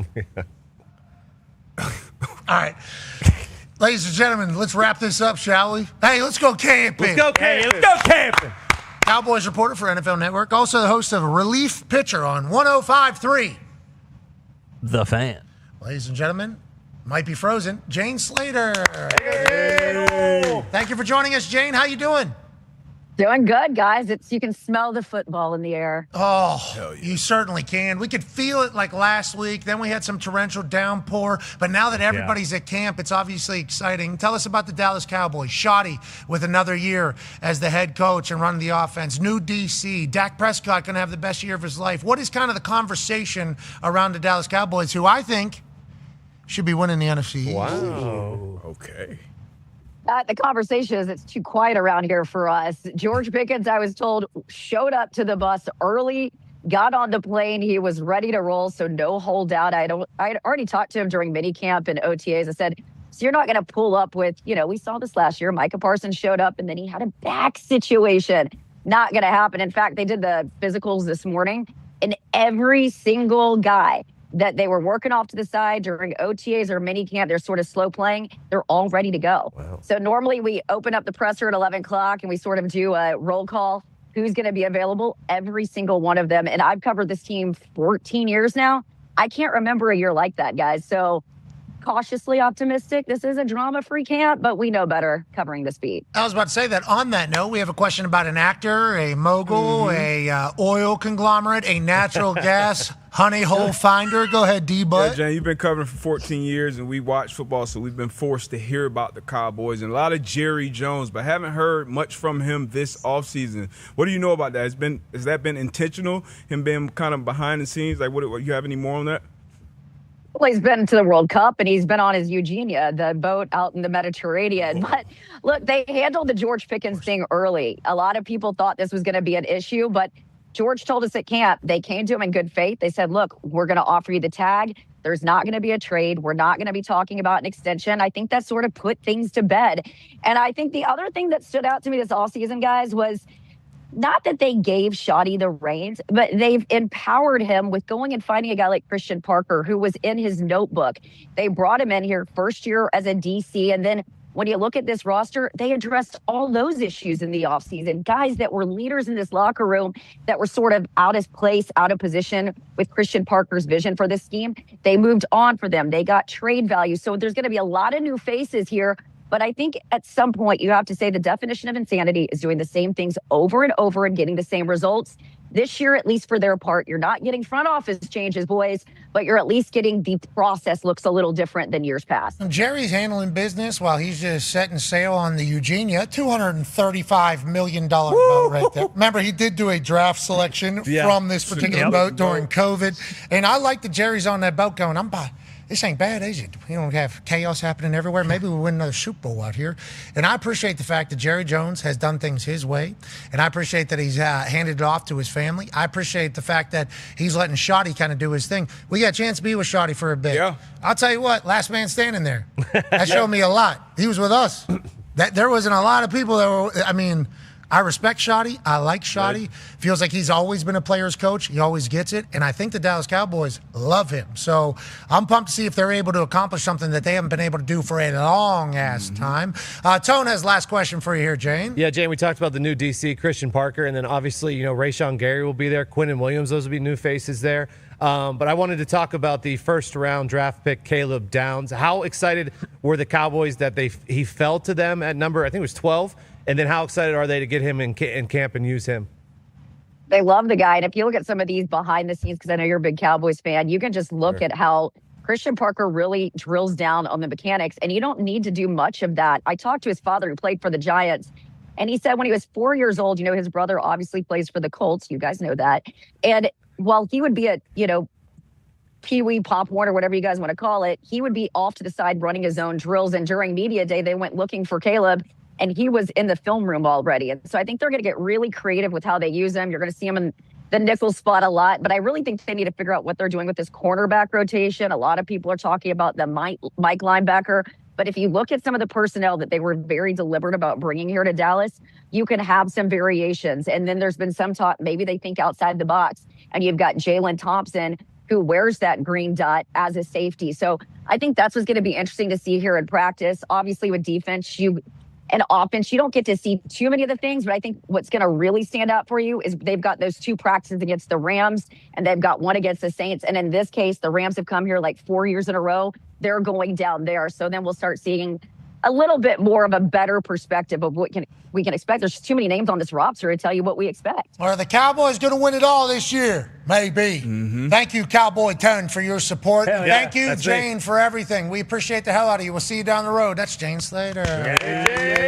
Let's stay in the NFC East. Huge breaking news. Jalen Carter has signed the largest deal in the history of defensive tackles. $106 million guaranteed, $152 million over 4 years. Congratulations to him and the Eagles, as Schefter reports this about Carter. Did we know these deals were happening behind the scenes for Jalen Carter? We don't know. But what we do know, Jalen Carter can take over any game whenever he wants to. Yes, he can. Is he Baby Rhino? Is that what his nickname is? That's a good thing to be called whenever you're a defensive tackle. He gets to the Eagles. Obviously, a lot of Georgia Bulldogs on that defense. He fits in immediately, is a game record. Now he's getting rewarded. Shout out to the Eagles making this happen, and shout out to Carter getting it done. Yeah, it's a good deal. Good deal for him. He's been taking care of business, I would say, off the field. That was the main concern with Jalen Carter going into the draft. I think everybody saw him as the most talented player in that draft. I forgot what number he fell to. I think 10 or around. Yeah, something 10, like that. Right? Yeah. And I remember Rosenhaus, his agent, He Drew, ain't was get like, outside 10. Yeah, exactly. He was like, we're not meeting with teams outside of this number. He's gotten there and he's done pretty much everything right. Jordan Davis as well. And we know when the Eagles are at their best, when defense in the league are at their best, it starts with those interior defensive linemen, and he can be the best one in the league. So I think it's another great move by Howie Roseman. Another obviously great deal for Jalen Carter, becoming the highest paid ever. He went number 9 to the Eagles, which is why Drew Rosenhaus going in said, he's not going past 10. No. That means he was told immediately, hey, if he's available at 9, we're definitely going to take him. Because on a football field, always a menace, since college. I mean, he just picked people up and move them. Now, would he be able to handle being a professional football player? He certainly has. Yeah. He does choke sometimes. His spit comes out. Every once in a while. Oh, that did happen, didn't it? But that's going to happen every once in a while when you cough. He's a big man. Swallow. A lot of congestion. You know what? My defensive tackle. Why not? I had a guy hit by a ref, and I was like, you know what? That's my guy. Can't be doing it. Can't be doing it. Not first play of the game. Can't be doing it. All right, we're back on the other side. I'm happy we went camping. We learned a lot. Hell Next hour, we got Orlovsky. Great. Yes. Great. See you then. It's electrifying here in Happy Valley. We're lucky to be here. And, the way you win this is you have be the first 300 people here and you get a ticket. And then we randomly select a ticket, and that person gets an opportunity to kick a 33-yard field goal for an undetermined amount of money. This week, we had our man, William, right? What's your name? William, yes, sir. You won the raffle, and you said, I don't want to kick because I suck at kicking. Is that accurate? More or less. What is your major here? I'm a finance major. Okay, so money decision was, I suck at this. Let me try to find somebody who's good at this. How did you land on my man here, and what are your hopes in him? Well, I was looking around. I saw my man. He said he plays soccer, and I was like, this is my guy right here. My guy Carson. I have faith in him, so I know he's going to get it done.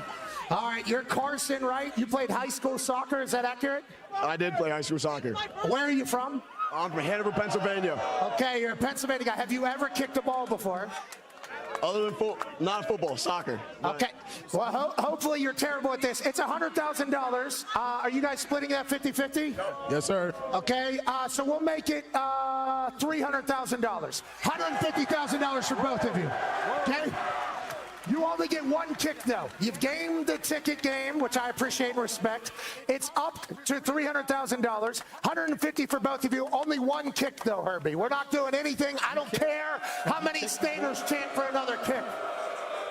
Only one, Herbie. Played high school soccer. He's a good player. We got a problem here. That's right. It's a whiteout. It could be a special day. You can help out your guy, William, in winning $150,000. One kick, 300,000, two.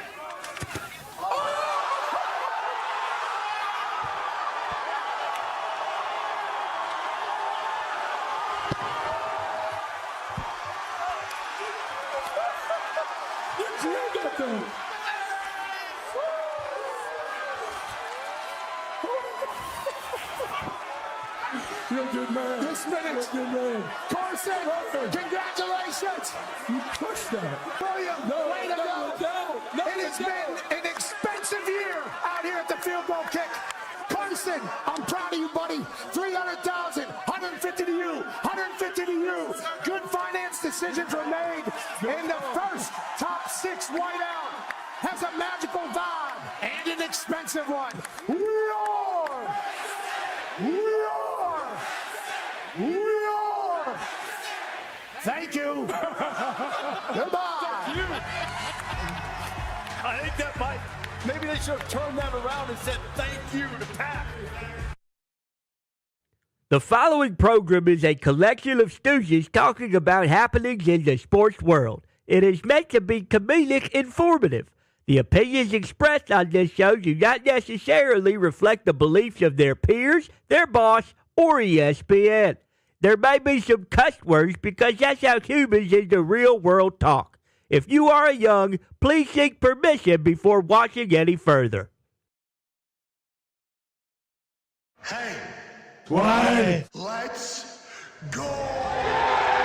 This show stinks, and the fact that you listen, we are very, very thankful for. McAfee on the line with a gorgeous assist. The all-time leading tackler for the Green Bay Packers, you pig! Damn it! Be a friend, tell a friend something nice could change their life.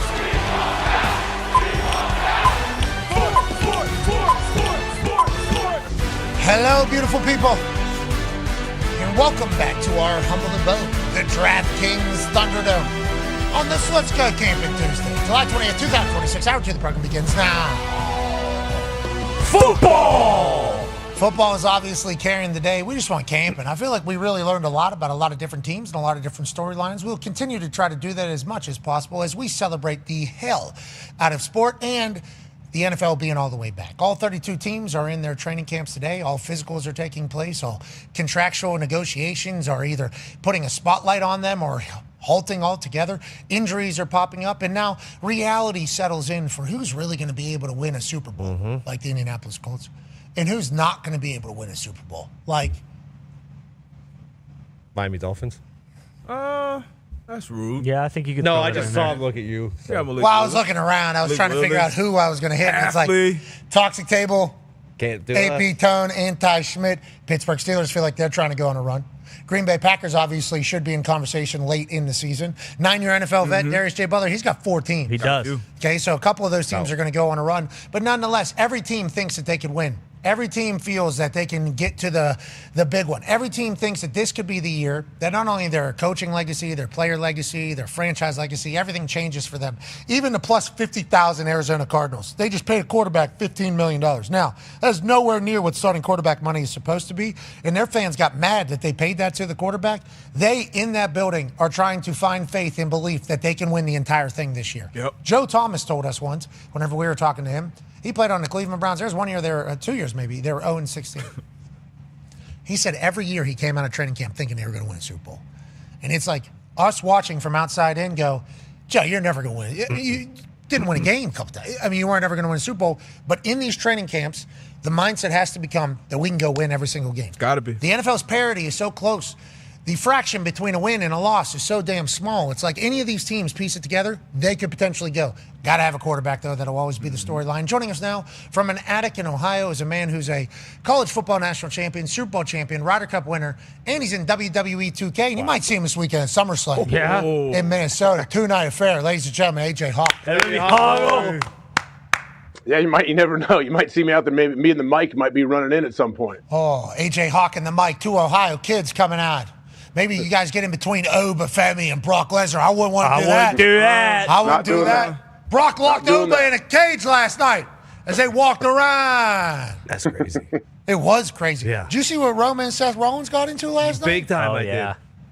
Seth Rollins, I think at this point, we could say he's a master baiter. Yeah. I mean, he baited Roman, the original tribal chief, the official tribal chief, the only tribal. Look, Seth Rollins is reading the Jumbotron. Yeah. He's baiting him. And Roman's getting so lost in it all. He's still, Champagne, Happy, AB, Echo, Lima. They did the entire thing. Right. Took over the entire world. And Roman goes on to become the one. And then Seth Rollins just always knocking at the door. And Roman can't wait to get rid of him. And he goes, you remember in Indianapolis, whenever you hit me in the back with a chair and kind of ruined the entire Shield? I'm going to do that same damn thing here on the Go Home Raw before SummerSlam. And the Master Baiter killed him. Wow. That's what he got him. He baited him, AJ. He master baited him right into that ring and put his face stomped into a chair. That's what we got going on. Because he's a visionary. He's a revolutionary. Yep. He's the master of masturbators. That's the credits for He is Seth freaking Rollins. He's a problem. Do you know Manti Te'o taught him that on Good Morning Football this week? So that's the thing. Like Seth Rollins also sports media. Yeah. He's all over the place, yeah. Is he going to be able to be locked in enough to take on Roman Reigns? Feels like he's at the top of his game. Yeah. I mean, he just did this to Roman. Just, come on, buddy. Don't call him the architect of destruction for nothing. Is that what they call him? Yeah. That's what I call him. I didn't know he was the master baiter, though. Is that a new thing? I just watched it. He just masterly baited him right into that ring. Did he not? He did. Yeah. Since they've moved to Netflix, he's been allowed to do that. With an eye. Good. No. No. Tony. Actually, on Netflix, it's very fascinating what they do, actually. They, like, blur things out and stop things. It's like, well, I thought that's why. Yeah, can't we push the boundaries here? And they're like, absolutely not. Don't even think about it. Because some of these countries are running this in. You say that word? You're done. Punk and Cody, was that on Netflix? Or That was a house show. That was a house show. Okay. That was on X. They had a match? So that Oh, you do what? Trust me on They X. do have a match this weekend. You can do whatever you want. Yeah, but Dan Hazen's lips are all over both the guys. I mean, don't like that. Hazen's smooching both guys. Yeah. It's almost like he's on both teams. I don't like that. You got to pick one side or the other, and he's out there smooching them with his face. And then last night, I don't know if you saw this, Hazen's out there with Joe Hendry. Because I believe in Dan Hazen. Okay? Ryan Garcia's out there playing a guitar. We didn't know he could do that. Ryan Garcia takes that guitar, hits Joe Hendry in the back. Yeah, last night. Macho? Yeah, you're Joe. One I believe in? Yes. That one. Boom. There he is. We just kind of missed it. But it did happen right before we put it on the screen. Yeah, there we go. Look at Ryan Garcia. We didn't know what the little mini Hazens. Okay, this is all last night, obviously. Joe Hendry and Ryan Garcia. You the man. You the man. Yes, I am. Yes, I am. Garcia says, how about this? I'm not actually playing the guitar, Joe. SummerSlam this weekend. Yeah, you're going to want to. Guitars have a low survival rate in the ring. That's some receiver gloves on? But I'll tell you what. There are Some a couple. cutters, yeah. There are a couple guitars that have actually done pretty good staying together right. and hit people in the head, and then all of a sudden it's not. Oh, that's a splinter. No, that's actually in there. Oh, okay, sick, sweet. Kendo stick. Don't love that one. Yep. Chair. Yeah, right. That's why Seth Rollins was like, "Yeah, I'm gonna stomp his freaking head into this." Oh, cinema. Yeah. Who taught Tom? Someone taught Tom Brady how to hit somebody with a chair. Remember he did that back at the Fest? It's terrible hit. He used a chair? That's your quarterback. Yeah, at the Fanatical Fest a couple weeks ago. He didn't use a chair. It's goofball. Oh, he did. He did. He got some guy with a chair. I don't know who it was, though. No, I think he just slapped. Didn't he just Oh, slap? no. He he used the Paul. chair as well. He laid it in. He got somebody. You should get eyes on this you chair should. shot. He may have killed the guy. The guy might be dead. Physicality. See, it was weird, though, because he hit a guy this way, but the guy fell the opposite way. So I don't know Well, how you know that how actually works. our bodies react to I blunt don't force know. trauma. Who was the guy? We don't know. Whiplash. Who did he hit? One of our guys might know this guy, actually. Very well. The mic? Oh. Got hit with a chair? Yeah. How did I not? I did not see this at all. Tom Brady swinging chairs at people at Goofball Fest? Yeah. Yes. Fresh out of the coffin. That's what they call it. Fanatics Fest, sorry. You get it. He hit It Gary looks like V. everybody's goofing around. He didn't hit Gary V would never. Yeah. No. Got eyes in the back of his fucking head. Yeah, Gary V's killing Tom if he's trying to. Do we square have up this with a chair video? shot. Does it exist? It does not exist. I'm telling you, I don't think it It exists. might be too violent to watch on here, for real. Well, the most violent champion, Gunther, is. He's up this weekend, isn't Yeah, he? he's certainly getting after it with Nick Aldis, Oh, that's right. general manager, former TNA world champ. People forget about that. Nick Aldis knows his way around a square circle. Yeah. I think he's going to learn about a chop pretty good, if I had to guess. Just as somebody that's been in there, Oh, yeah. What's going on here? There we go. He's stalking his prey. Just got out of the casket. This is what the. Boom. There's another angle, It's a too. better, angle. Than that. Tony, come on. Look, the guy's dead. He's still down. I think Tom Brady's going extreme. Yeah. Exactly. We need Tom, Logan, Paul in a junkyard dog Oh, back alley brawl. they should get the straps out. Do a strap match. Is that Betty White swinging that chair? Tony? It's Tom Brady. It's the greatest quarterback of all time. You saw it. Joining us now is a man Sin who City Street is Fight. a quarterback of all time. He is a quarterback of all time. Need more opportunities. Ladies and a little better opportunities too. Yeah. I agree with what he tweeted about himself earlier today. Ladies and gentlemen, the quarterback guru, the football pundit, the man who, if he wants you fired, he's going to say it on air. Ladies and gentlemen, Dan Orlovsky. Hey, Dano! Dano, how you doing? Oh man, I'm good. How are you? What's good? What is that about? You know what it's about. Halfway through the season, this is coaching malpractice. What they are currently doing, geez. yeah, you know what it is. We're here already. Exactly. We're in Dan Orlovsky season. Jesus, Everybody's at camp. We're at Dan Orlovsky Yeah, season. right. What an honor it is to be here. Happy Dano season, Dano. I know What's going on, bud? Doesn't start Great for a to while see you. for you. How's the off season been? Obviously, there's massive storylines. We took 1, 2, 3, 4, 5, 6 visits to different training camps in the first hour. Feels like there's obviously situations brewing all over the place. Aaron Donald, big storyline. Is that the big story for you, or what are you kind of keeping an eye out as we head into this particular season from a potential championship narrative that we need to keep an eye on? Yeah, I mean, I think Aaron's probably the biggest storyline. It feels still an unknown, even though it's certainly, I remember saying this the day after you were talking about your text with Aaron, he's coming back. I mean, when I truly believe that when he texted you, just got to see if the fire comes back. You know, as an ex-athlete, like the fire never really leaves. So I think he's coming back. When and how they're going to kind of build it is probably the biggest storyline. I think that, the teams that are legit contenders, I'd probably say there's 8 to 10 like real contenders. Which one of those teams makes a meaningful move? Is Max Crosby going to play with the Raiders for the whole year? If not, Is somebody going to try to once again trade for Max Crosby? I'm a believer in Stephon Diggs on the field. So who's going to add Stephon Diggs? I know Shefty was talking about with Washington. Patrick and the health of his knee, not only the health of his knee, but how well he plays and kind of what he looks like. So I think, looking at this chart, if you told me Houston got good quarterback play, they would be my pick out of the AFC to go to the Super Bowl. But there's a big question mark of kind of like how CJ plays and really performs in his 4th year. So those are probably my biggest storylines, I'd say. Caleb, another year under Ben. Yeah, the AFC South is obviously the toughest division in ball. We understand that. Houston, Texas. You said Houston, Texas was about to win the AFC. So where do they play, Dan? The AFC South. Thanks. So if the best team in the conference is in a division, that would be the best division, clearly. So I don't like to hear that because the Colts need to win. Chris Ballard actually came out today and said he went through an extension with the Colts because we need to win. He's on the last year of his contract. I never heard a more true statement, but I think getting Danny Dimes back is obviously good news. Let's talk about some of these younger quarterbacks that I'm excited to watch, and I think they have a lot of pressure on them. Go ahead, AJ.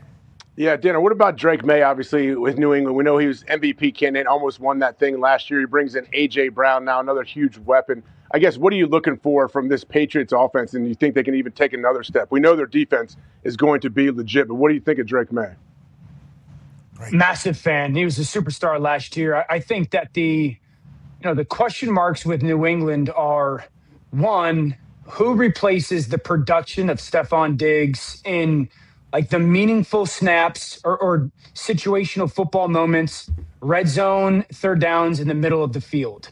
I love the addition of AJ. I said this, AJ gives them that Gronk type of one-on-one, put you outside by yourself. You're bigger, faster, stronger than most other people. And that's going to have a part of their offense. But Steph was so big in situational football and in the middle of the field type of the feel plays. And who replaces? Is that going to be Romeo Doubs? I'm a big Romeo Doubs guy who comes over from Green Bay. He's got to stay healthy, obviously. But I think that finding the person that replaces that type of role is going to – because that's not AJ's role. It's just not. I would argue it's not necessarily the strength of Romeo's game. I think Romeo's a little bit more of an outside guy. He can work the middle field, more of a man guy than a zone guy for me. So I think like who kind of fills that void will be a big deal. Their offensive line's going to have to play a lot better.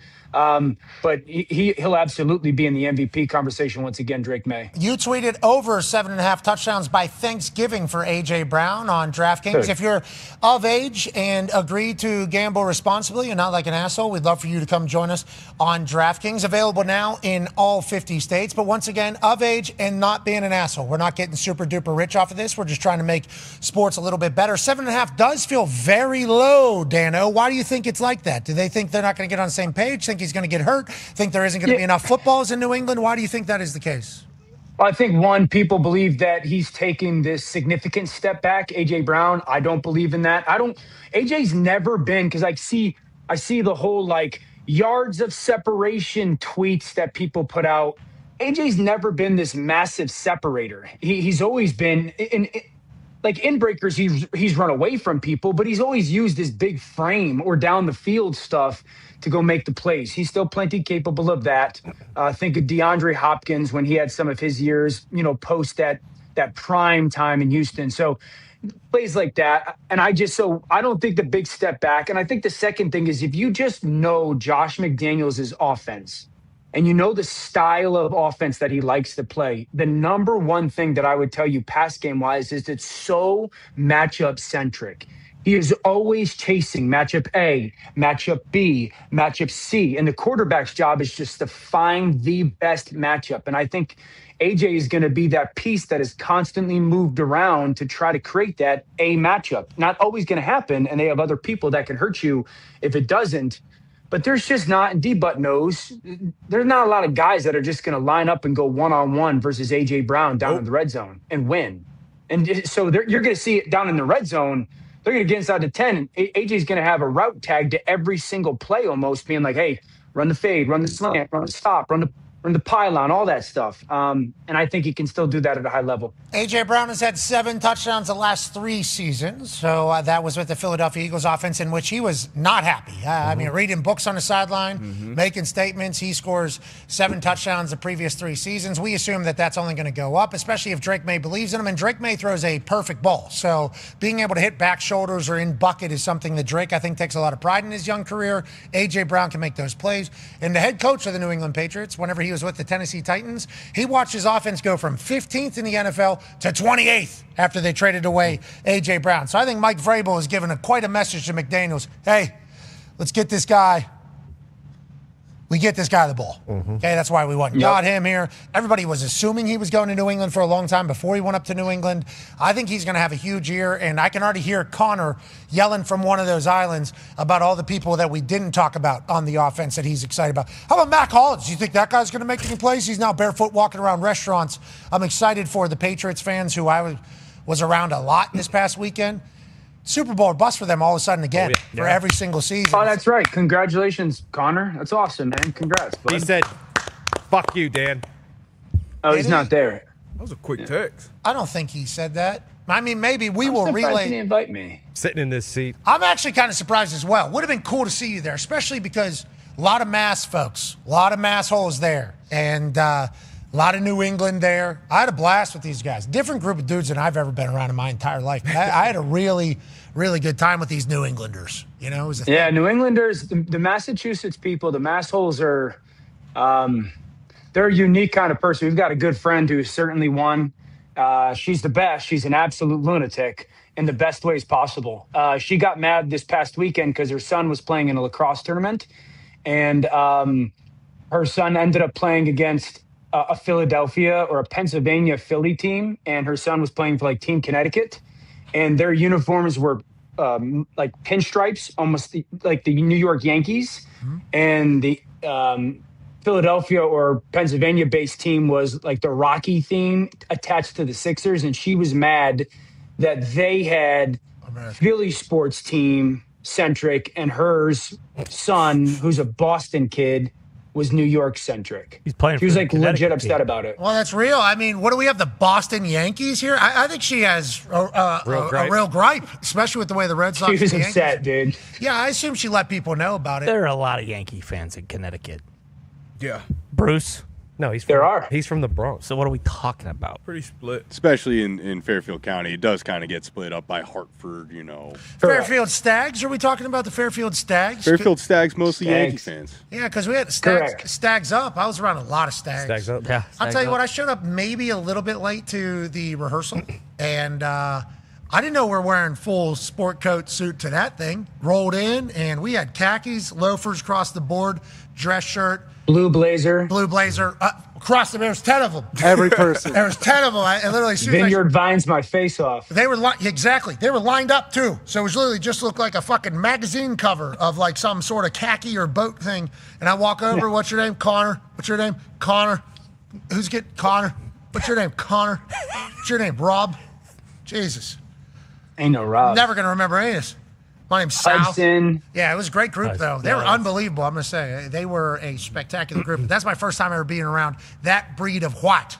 And it was a pretty good time, I will say. It was certainly a pretty good time, and I appreciate New England more. But they all believe, guess who, is all the way back. And for good reason. All right, let's pivot around the NFL. D-Bud has a question for you, Dan. Yeah, Dan, I know you got a lot of shit about, your evaluation, I guess, of Fernando Mendoza. Been a number 1 pick. Obviously, the expectations are going to be there. You were kind of conservative with Drake May. Hey, wanted him to sit, be patient. What's the timeline that you see for Fernando Mendoza out in Vegas? I know they signed Kirk Cousins, be a new offense doing completely different things than he did in college. But what's the timeline that you expect to see out there in Vegas with Mendoza? Yeah, I would sit Mendoza until I absolutely had to play him. So it's either that ownership says get him on the field, which I would fight personally, or your season is back end of November and you want to start that final 6-game stretch with him. D-Bud, I was thinking about this because I'm doing NFL Live today with Adam Thielen, who's got a history with Clint Kubiak, new head coach of the Raiders. Demon. And I was thinking about the I've talked so much about how it's going to be a completely different offense for Fernando than he's ever run before. And it was only attached to the on the field stuff. And then I was thinking today, it's going to be a totally different world for him and for Clint, because Clint Kubiak for his past couple years has been around some, veteran quarterbacks that have experienced NFL offenses. But just think about Fernando having to go and hear 8 to 12 to 14 word play call, get it into the huddle. What's a cow, bro? The guy's got a super brain. Yeah, but it's still being able to, in this period of time, 5 seconds, hear it, communicate it clearly. And Pat, I'm telling you, there's things in the huddle when, like, I'm telling you, this receiver, you're going to be aligned somewhere different than you were last week. The shift, the motion, the timing of it, the cadence. Like, I need people to understand this. And you hire Clint Kubiak in part because of the intelligence element of his offense. Like, you love the way he calls his plays and calls a game. You don't want to take that away from him too early because he's going to be playing a younger quarterback.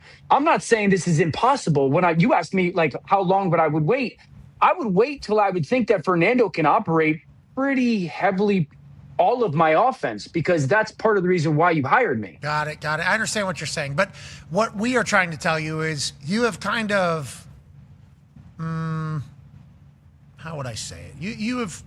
I think you have showcased that you don't really respect Fernando for what we respect Fernando for through the evaluation process. Bit of a hater. I think the people would say that. Handicapping, and there it is. You've been handicapping Fernando in a way that we don't appreciate. So that is just a differing of opinion between us. You saying, this is 15 words. It's like Fernando just graduated, I think, with honors from Cal, okay? And he views everything but dude, like I know a lot of dudes who played quarterback that were smart that they couldn't go do it on the field. Yeah, win a Heisman and a national championship, obviously, and carry Indiana to a title. I mean, I know a lot of those dudes as well. But I'm just saying, this is once again you having your draft thoughts kind of creep in. Because you know what I'm saying to him? Put his ass in there week one. Why? Week one. Why? Because he's a dog, dude. Let me ask you this. Let's have a legit conversation. I love Kirk Cousins, okay? Have you seen Fernando and Kirk Cousins? Fernando's looking at Kirk Cousins like this. This is another thing you discount. The guy is a giant. He's an No, I'm not discounting anything. You discount everything, this guy. No, he's not going to be able to remember. He's not going to be able to do this. You live in an assumptive world. Let's pretend that we're in the Raiders. And we sit there and say, man, we really like this kid. Clint, how much of our offense can we go week one and operate? And he says, right now, with all the things that we want to do, if we want to play Fernando, we're going to run 40% of our playbook. Figure out a way to win. Are you going to put him out there? Well, why are you putting him?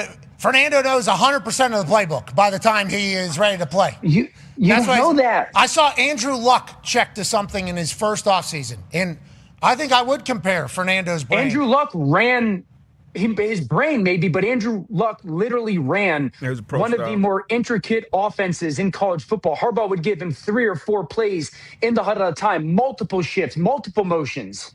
Okay. So I didn't see Nowakowski in motion every single play. I mean, what are we even talking about here?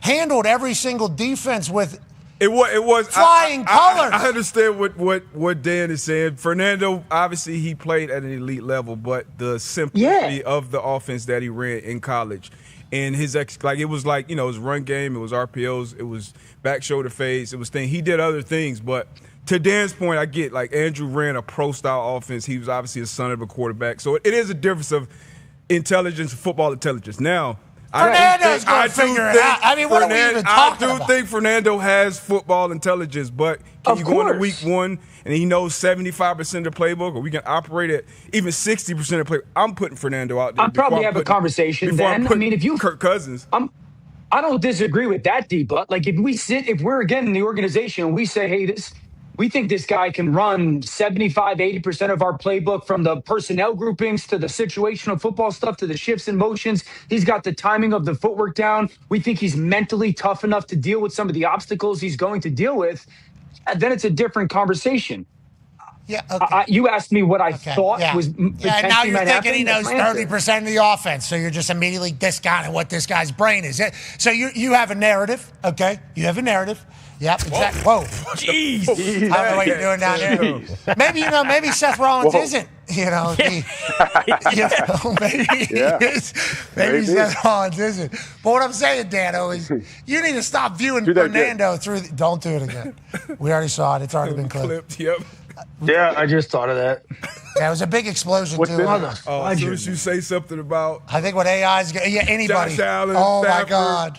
Here's Dan. We knew it. And I know you just want to hit yourself in the face because I'm not meaning to sound like what I'm sounding like is what you're trying to say. But it's like, let's just talk about Fernando. You are making me sound that way. Oh, okay. What big game has he played? That was on us, not on you for asking that question, of course. But, accountability is a good thing. 0.1 figure, you got 3 pointing back. Nonetheless, I believe so much in Fernando. I just think okay, whatever he needs to do, he's going to do. That is what it is. So I think he's going to learn the offense. I don't think the brain is going to be a problem. I think the way he views defenses is in a professional manner. Now, will he be able to have it immediately? I think yes. I think he will. There's obviously going to be rookie growing pains through it all with him and Kubiak, but I'm a believer. I'll be interested to see. I'm a believer. And he's this big, Dano. Yeah, I know he's a mountain of a man. I get that. He's a big dude. Clint, a couple years ago, was with, I believe, Brock Purdy when he had to step in for Jimmy G. Was he there? Was Clint Kubiak there? Maybe Minnesota. But I think he was there with Brock as a young kid. So he should have a feel for at least the baseline of what you want a young kid to sound like and operate like in practice to say, yeah, I think this kid's got a chance to get on the field sooner than maybe we anticipated. Yeah, but if he starts week 1 and does great, you just kind of, next draft season, we're going to have to revisit it, and you know that. And you know that. So that's what you're doing here. That's what you're doing here. And I respect it. You're the one going double grip on it. Yeah. It wasn't me doing that. No. Just remember that whenever that hits the internet. That was you that did that. Should be good. The internet's the greatest, man. They've been pretty mean to me for a while here. Yeah, it's up and down. But they are so talented. Yeah. It is a talented bunch. Way to ride the wave. Different sectors. Funny.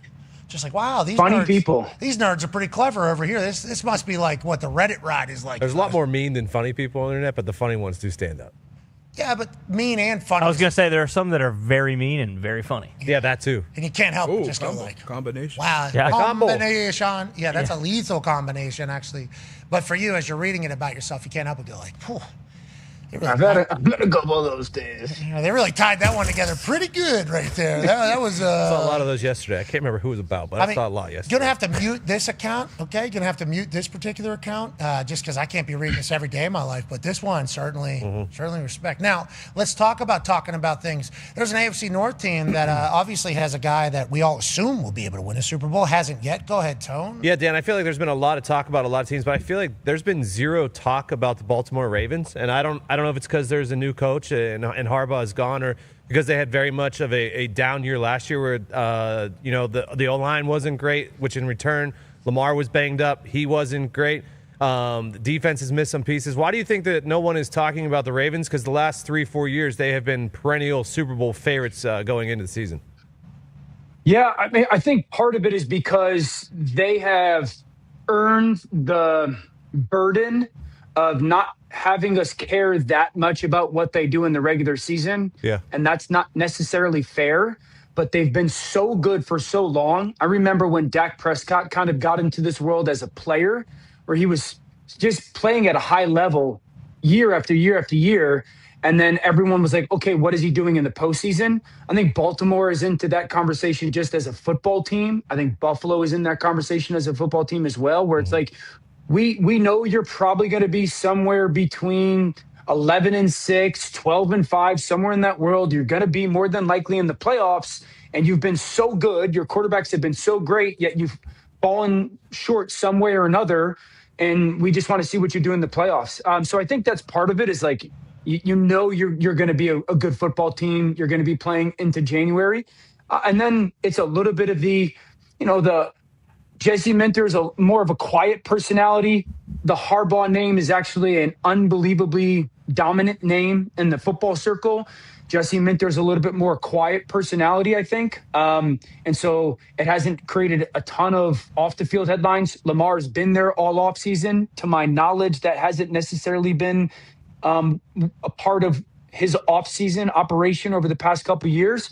I think there's some question marks on their football team. They lost Isaiah Likely. They've got 2 young receivers that they draft that have to be really big players. The interior of their offensive line is going to be brand new. Does Matabike play? So they're really good. But I think that there's some question marks. We have to see how it plays out this year. And I think it's just going to take Lamar some time to learn this very new offense. Camp on Awana, we hold you in our hearts.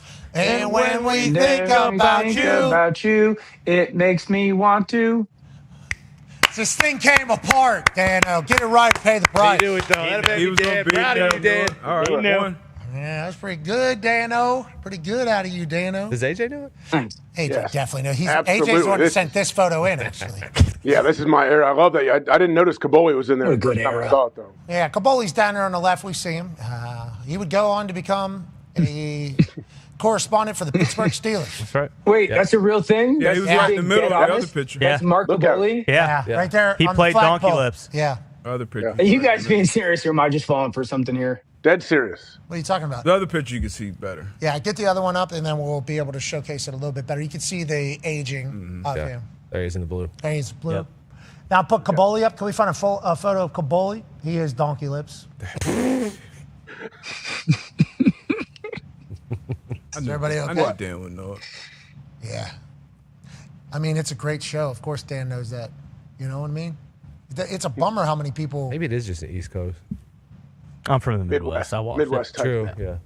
Doug. You guys watch Doug? Fuck yeah. Doug. Good. Patty mayonnaise. All right, The AFC. Beats? You said the AFC North, obviously a little bit quiet, a lot of changes. Pittsburgh Steelers seem to be very confident with where they're at, seem to be very happy.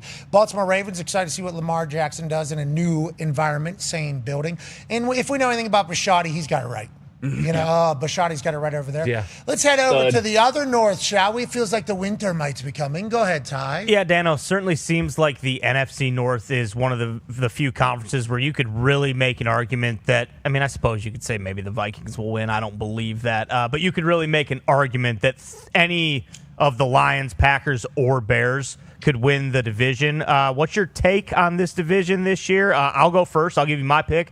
I think this is going to be the year the Packers put everything together. Really? I really do. It's not a homer pick. Okay, we got Micah going to be 100% come week 6. Jordan Love, finally, they're going to take the reins off him. Maybe he wins MVP this year. I don't know. I think so. I think they're fine. Why this year are they taking the reins off first? Maybe the previous. Well, because I think they're finally tired of like all the stats coming out after the season about like how good he is and like he's in like the top 5 everything, and then in the playoffs, like they, for whatever reason, they let him throw the ball like 8 times, and then it's like, do you trust the guy? You know, he's really good, but you don't really trust him to kind of just go out there and play. Who's going to be number 1 wideout? Yeah, is LaFleur in the hot seat then if he won't call the plays for Jordan Love? I don't know. Dan, is he? He will be, yes. If they don't, I mean, we all know the expectation. When you trade for Micah Parsons and give away your first-round picks, you kind of raise the standard even greater in the expectation level. I'm with you. I would, if I had to pick a team today, it would be Green Bay. I think the offensive line is going to play better. Matthew Golden has to take a step forward. Tucker Kraft was becoming one of the best tight ends in football. He's going to come back from the ACL injury. I think the defense is going to be very good. I think the addition of Cisse in the secondary is going to matter. Here's my thing that I wish people truly started to understand a little bit more. And I want to phrase this the proper way. Okay. I think we, as a football community, put way too big an emphasis on quarterbacks throwing interceptions, having this unbelievably negative impact on their ability to play at a high level in wins and losses. The guy who led the league in picks last year won the Super Bowl. And I'm totally aware of how good JSN was and the defense was dominant. But I think if you have a very good defense and talented defense, and Jonathan Gannon taking over as defensive coordinator is a little bit of a lunatic in a good way, and it's going to be bombs over everything. Like, here it comes, pressure after pressure after pressure. If we're going to play defensive football like that, you got to stop worrying if your quarterback throws an interception in the first quarter and then the reins come in and the handcuffs go on. I really believe for these ultra talented guys, it's got to be, and I said this last year with Jordan, and we saw at times like, dude, if you throw a pick, I don't care.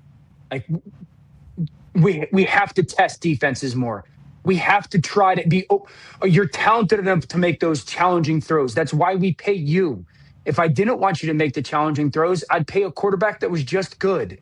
And so I think like the whole football world puts, oh my gosh, this quarterback, who cares? It's a pick. Defense, get it back for us. I'm not saying reckless, but I need Jordan Love and Matt LaFleur to enter into the marriage of we're going to be very aggressive all the time. Yeah, the no risk it, no biscuit type situation. And then obviously the lack of turnovers was one of Aaron Rodgers' biggest things. So I think the Green Bay Packers forever have been very conscientious of controlling the ball, especially if you have it. But Ty would probably follow up and ask, is that LaFleur making the play calls, or is that Jordan Love deciding not to do it because he's being told not to risk anything? I think that's probably what Ty's immediate follow-up would be. Yeah, definitely, because he only threw 6 interceptions last year, and I think part of it might be the, like, hey, that was how Rodgers killed people. He has the best touchdown to interception ratio in the history of the NFL, but, like, he wasn't turning the ball over a bunch. So is that, like, them really harping on him, like, hey, Jordan, we can't be turning the ball over. Our defense is playing so well. Let's go score points. Or is that him just playing cautious out there and not wanting to throw interceptions? Yeah, this is a guess. I would imagine it's a little bit of both. You know, I'm not in those rooms to tell you exactly how they're communicating and philosophically how they're choosing to play. I understand the Aaron point. It was a different era, though. Aaron's offense that he played in was a West Coast. It was ball distribution. They would march the length of the field, get into the red zone, and he would just destroy you. This Green Bay offense is a little bit more trying to create explosives from the play-action pass game. He's not, Jordan, nearly as mobile and deadly as Aaron was when he was mobile. And so I don't know, why for a young man that is as talented as he is. But I think if they're fully healthy, there has to be a little bit of a philosophical shift to, and it's all situational as well. We don't need to come out in the first quarter and just throw into double coverage. I'm not saying that. But when you're watching tape and, we've got a shot early on to Christian Watson, and it's, a 50-50 type of ball or an even leverage type of ball. Let's take our shot, dude. Like, if we're watching tape and you tell me, I just didn't feel, I don't need that. If first and 10, you're thrown into triple coverage. That's reckless. That's reckless. That's a non-negotiable. But there are examples where you sit there and say, why don't you take that one? Like, why don't you throw that one? It's first and 10. We call the shot play. We get the defense. I didn't love the leverage, but we got the leverage we want. Our other guys got to earn their scholarships. Yeah, and Jordan's a hooper. He's a player. You could tell. Yeah. He's like in there. So let's just let him. Hey, let's get loose out there, Jordan. You can make every throw. Not that one you just did against Carolina. Yeah, that was bad. Especially if Rico Dowdle's going to go crazy like he did against your defense in that Carolina Panther game. Rico won. You came in here and said, is Rico Dowdle the best football player to ever play football after that particular weekend? I forgot about the triple coverage interception. That was the birth of the Panthers are a good football team. Because they did not look great up to that point. The Packers had, and they was a great football player. Okay, so Ty's got the Packers. Dan's got the Packers. NFC North, AJ, who are you picking? Oh, I got the Packers all the way, especially with Micah coming back. At minimum, week 6, we said, right? Schneidman said. It possibly comes back earlier than that. Week 4, I guess this 9-month no-field ACL injury rule that the Packers have that we just learned of today is something that Me too. You really? Yeah, I didn't know of that. Luckily, I never tore my ACL, so maybe that's why I do not know that. But they are, historically very conservative and actually really, really care and take care of their players. So it's a good thing. So September 30th would be 9 months and 1 day for him to return, which would be before week 4. But they think a couple weeks after 9 months, 1 day to get back. Schneidman told us earlier. He said week 6, which is Sunday Night Football against the Cowboys. Yep. And that's a lot of games left. Week 6, there's a lot of games left. You can still do a lot of damage and hopefully be a part of the most important games at the end of the season, as opposed to last year where you lost your biggest piece on defense. defense, who was almost defensive MVP. Yeah. So AJ's got the Packers. Orlovsky's got the Packers. Ty's got the Packers. Tone, who do you have in the NFC North? Idiots. I like the Packers. Okay. What? Tone has the Packers. Let's go to 9-year NFL vet, Darius J. Butler. Who do you have in the NFC North? You know what? I think they're running back. I think the king of the North returns. I think I could have told you. I think Caleb takes another jump. And the opposite of what he's saying about Jordan Love, I think Caleb, everybody's saying, hey, take the singles, take the layups, which you do have to do that. You got to make the routine throws in the NFL, but keep being special. We've seen glimpses. We saw it on every level, playoff teams. Now I'm worried about the defense. They feasted on turnovers last year. That usually doesn't go year by year. They lost a lot of production as well, but I got the Bears running it back. Okay, so 4 Packers, 1 Bears. Dan, you wanted to follow up on the Chicago Bears, it sounded like. So here would be my pushback to D-Butt. I think that the trend, because the turnover thing, I was going to make that point, but also the trend with what we're seeing out of the really dominant defenses in the NFL is truly going back to your defensive line dominating. We've seen that with Seattle last year. We saw it with Philly the year before. Shoot, in the AFC, you're thinking about a team like the Denver Broncos that have if not the best defensive lines in ball. I just don't think Chicago's defensive line is at that dominant level. I think Detroit's has the chance to be. I think Green Bay's has the chance to be. I think Minnesota's has the chance to be. I don't see Chicago's having that D-Butt. Grady Jarrett, Gervon Dexter, Gallimore, Montez Sweat, Austin Booker. Not great on paper. Go get Vita. Vita Vea potentially available. Sure, but the weapons, those young weapons, I think Rome makes a jump. I like Luther. He came on late. Yeah. And Colston Loveland is my good. favorite young tight end. I love Brock. I love Tyler Warren, but I think Loveland scratched the surface last year. I think he's like a 1,200, 1,400 yard guy. Their best tight end in the division. 4 Packers, 1 Bears pick. Let's go to the odds-on favorite Detroit Lions fan, Evan Foxy in the back. How do you feel about nobody picking MC/DC and the Lions? What an abnormality for this normal, kind of conversation about the Lions. Even last year heading in. It's the Lions are going to be great. Don't worry about it. The year before that, Lions are going to be great. Don't worry about it. Year before that, Lions are going to be great. Don't worry about it. Now there's no conversation, and the sports books have them as the odds-on favorite. 4 Packers, 1 Bears pick just on this stage, Foxy. We've been forced to watch and learn everything about the Lions. What do you think that's all about, Foxo? Yeah, I mean, I get it. I would say I'm concerned about the defense. Kirby Joseph's knee, no one knows what the hell is going on with that. Correct. He's on the PUP. Brian Branch tore his Achilles. Correct. He's on the PUP. That's worrisome. And also, Terrion Arnold, he's cut from the team. So our secondary has a bunch of guys like me out there right now. That is concerning. But let's keep in mind, Jared Goff, St. Brown, J-Mo, Penei Sewell, Jahmyr Gibbs, people are expecting to have 2,000 yards this year. Let alone, let's go to the defense. We still have Jack Campbell. We still have Aiden Hutchinson. We have so many studs on this team. And I don't mind that you guys didn't pick us. I'm actually going to take this clip and send it to the Lions as motivation, and we'll win the division this year. way it gets into the locker room. Who's calling plays for the Lions now? I don't care. No, I don't care about the OC either. I meant to say that, but I do not care about the OC. He's 14 years old. Is he not? He's so good, it doesn't matter. Dan will take over Dan Orlovsky. Dan Campbell will take over the play calling if we need to. Yeah, that worked. Great. Man. They scored points last year. Missing Ben Johnson. They were averaging 35 points or something like that last year. They scored a lot of points last year. Jared Goff had a great year. St. Brown had a great year. J-Mo had over 1,000 yards. It's just the big thing they got to fix, because that defense isn't so good, is you got to be able to run the ball and control the clock so the defense stays off the field. Yeah, well, the defense just got to get better maybe. I agree. Maybe defense needs to figure it out. Have Evan Foxy roaming in the back there. Need to make him look like Ed Reed there, Shep. Come on, Shep. Let's go, Shep. Coach him up. Yep. All right, well, we appreciate you, Dano. Anything that we didn't hit that, where's Vita Vea going? Colts? I hope, for Tampa's sake, I hope they don't let him out of the locker room. I think Tampa's a contender. I think their roster is one of the better in the NFC. So I think you do everything you can to try to keep him. If I were teams that should call, I wrote this down yesterday. I think Buffalo should call. I think Baltimore, because you don't know what's going to happen with Matabike, should call. I think the Chargers should call. I think Chicago should call. San Francisco, Detroit. Those would be the teams that, I think at least have to make the call. But I would imagine Tampa's trying to keep them. Yeah, and you just didn't say the Colts because I already said that, and I appreciate you doing that. Thank you so much, Dano, for joining us. It's almost Dano season. Now we should see you on TV every day, right, going forward? Nope. No, man, it's still summertime. Still summertime, dude. I got a couple weeks left. Family time. I will probably pick it up here in a week, yes, but not every day till September. Are you employed by ESPN still? Yes, sir. Jeez, dude. Is it this guy's fault? Could be. Unbelievable. Dude, don't JJ Watt me, man. See you in 2 weeks, dude. Ladies and gentlemen, Dan Orlovsky. Yeah, Dano. Just did hard time there, 30-some minutes. Yeah. See you in 3 weeks. Is it that guy's fault? Kick your feet up, Dano. Takes a long time to load up the Dan wagon, apparently. Yes, it certainly does, especially with that good of a tan. Yeah. Yeah, we can see it, Dan. It's written all over your face, actually, how good of a time the Orlovskis have been having. On that note, shout out to Madden Orlovsky. Shout out, Matt. Oh, hell yeah. Should have brought that up.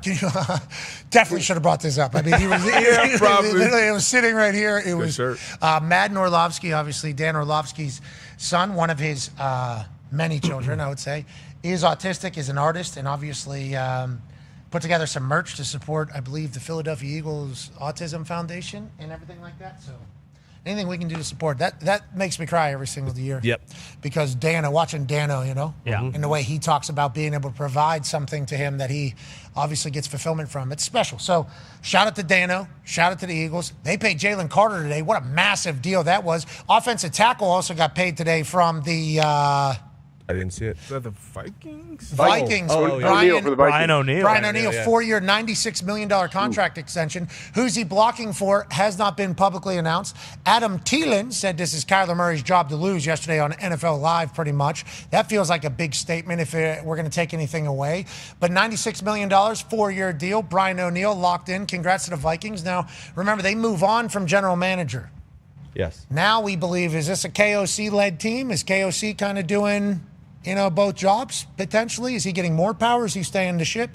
Whatever the case, we love what that Vikings team could be. If they get great quarterback play, they can go on a run. I mean, that is a team that can certainly do it. That NFC North is packed out. We have about a minute and a half here before a hard out. We're going to go around the boys and say what their favorite thing of the offseason was now that training camp has officially started and we're all the way back into the NFL. Tone Diggs, Cowboy supporter, what was your favorite thing that happened pre-NFL training camp this offseason? Big Mike McCarthy getting hired by the Pittsburgh Steelers. He's coming home back to Greenfield, restoring the organization to greatness it deserves. Okay, so your thing is still a football thing, okay? Ty, no, it doesn't have to be. You said a lot about it. Ty, favorite thing the offseason that got us through here? I'll stick with, you know what? No, I'm not going to do football. Favorite thing of the offseason was a long time ago, but, I mean, Iowa made it to the Elite Eight. It was unbelievable. It was a long time ago. Holy shit. But, McCollum. April. Yeah, exactly. Ben McCollum. So, go Hawks, baby. D-Butt, 9-year NFL vet, favorite thing that happened before we got back to training camp here? Would not be football, be family. Spending some great time with family. Bunch of us have kids. My oldest last summer, going to college. Love you, Maya. Be good. You spoke for all of us there, obviously. Oh, yeah. AJ, favorite thing that happened in the offseason?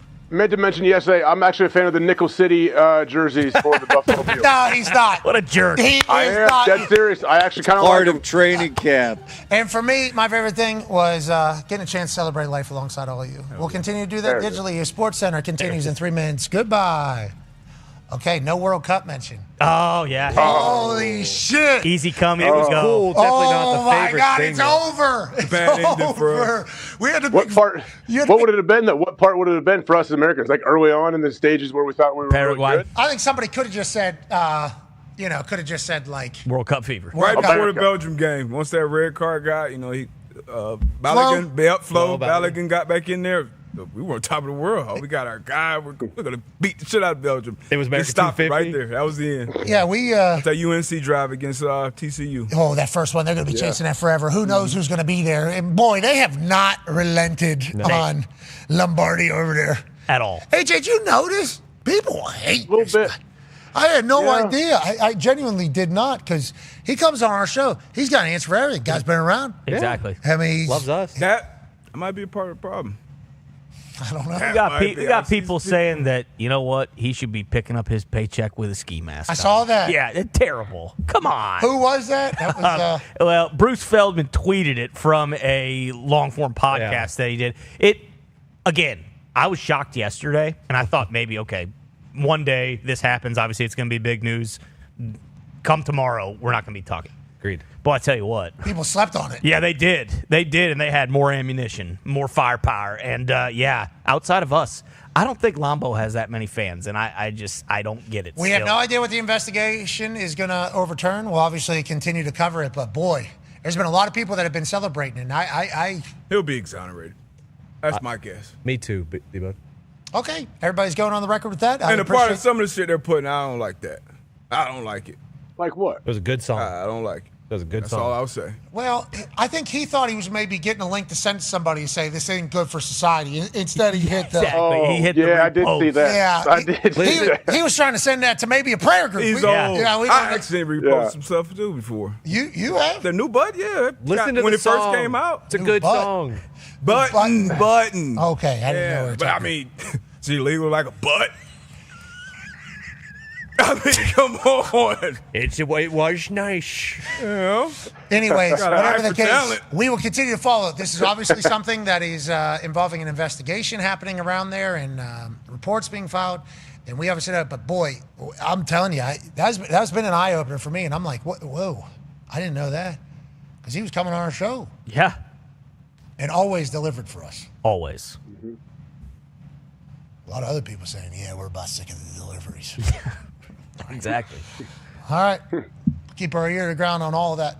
NFL training camps are back. College football is right around the corner. Hell yeah. WNBA is starting the second half of their season. Let's go. Fever play tonight. Against Seattle. That's MLS right. has soccer taking place, Yeah. and they're selling tickets still, Gumpy. Soccer fever is still taking place in America, right? All-Star skills competition tonight. They got the goalie wars. It's always a banger. Oh, man, I was supposed to compete in this year's one.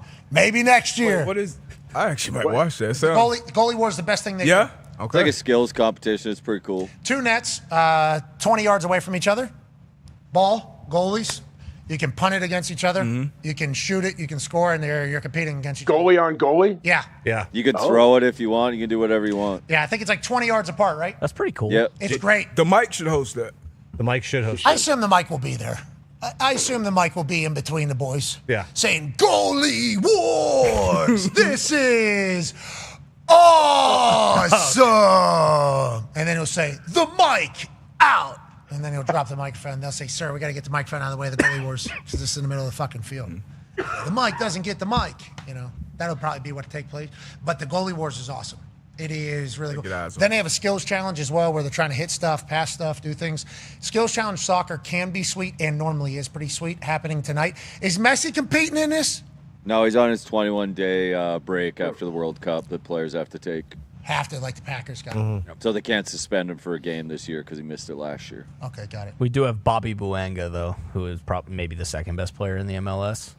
Bobby Buanga? Yeah, Bobby Scores Buanga. every game for LAFC, and we're not talking like rinky-dink goals. This guy's putting it top shelf. This is the goalie wars here. Boom. Oh, sweet. Yes, this is goalie wars that will be happening tonight. This is a great idea. They should actually make this a league. Yeah. This is something to think about making a league, especially if you're able to get the World Cup goalies to compete in this because there's a lot of moxie in those World Cup goalies. But yeah, some of these guys get to showcase their legs. Yeah. Yeah, it's awesome. And what do they score? They're going to what? Gumpy, what is it? Is it like penalties? They each get a certain amount of attempts, or is it a minute? How does it work? I think it's over attempts, and then they total score. It's sweet. It is. It's a fun thing. We'll watch the clips, certainly. We'll continue to have eyes on sports all over the world. For the good of sport is what we try to do. And we can't thank all of you enough. If it wasn't for all of you, we wouldn't have the greatest jobs on earth. Thank you all so much. Be a friend, tell a friend something nice that might change your life. We're in this thing together. Team on me, team on three. For the good of sport, baby. 1, 2, 3. Team. Goodbye.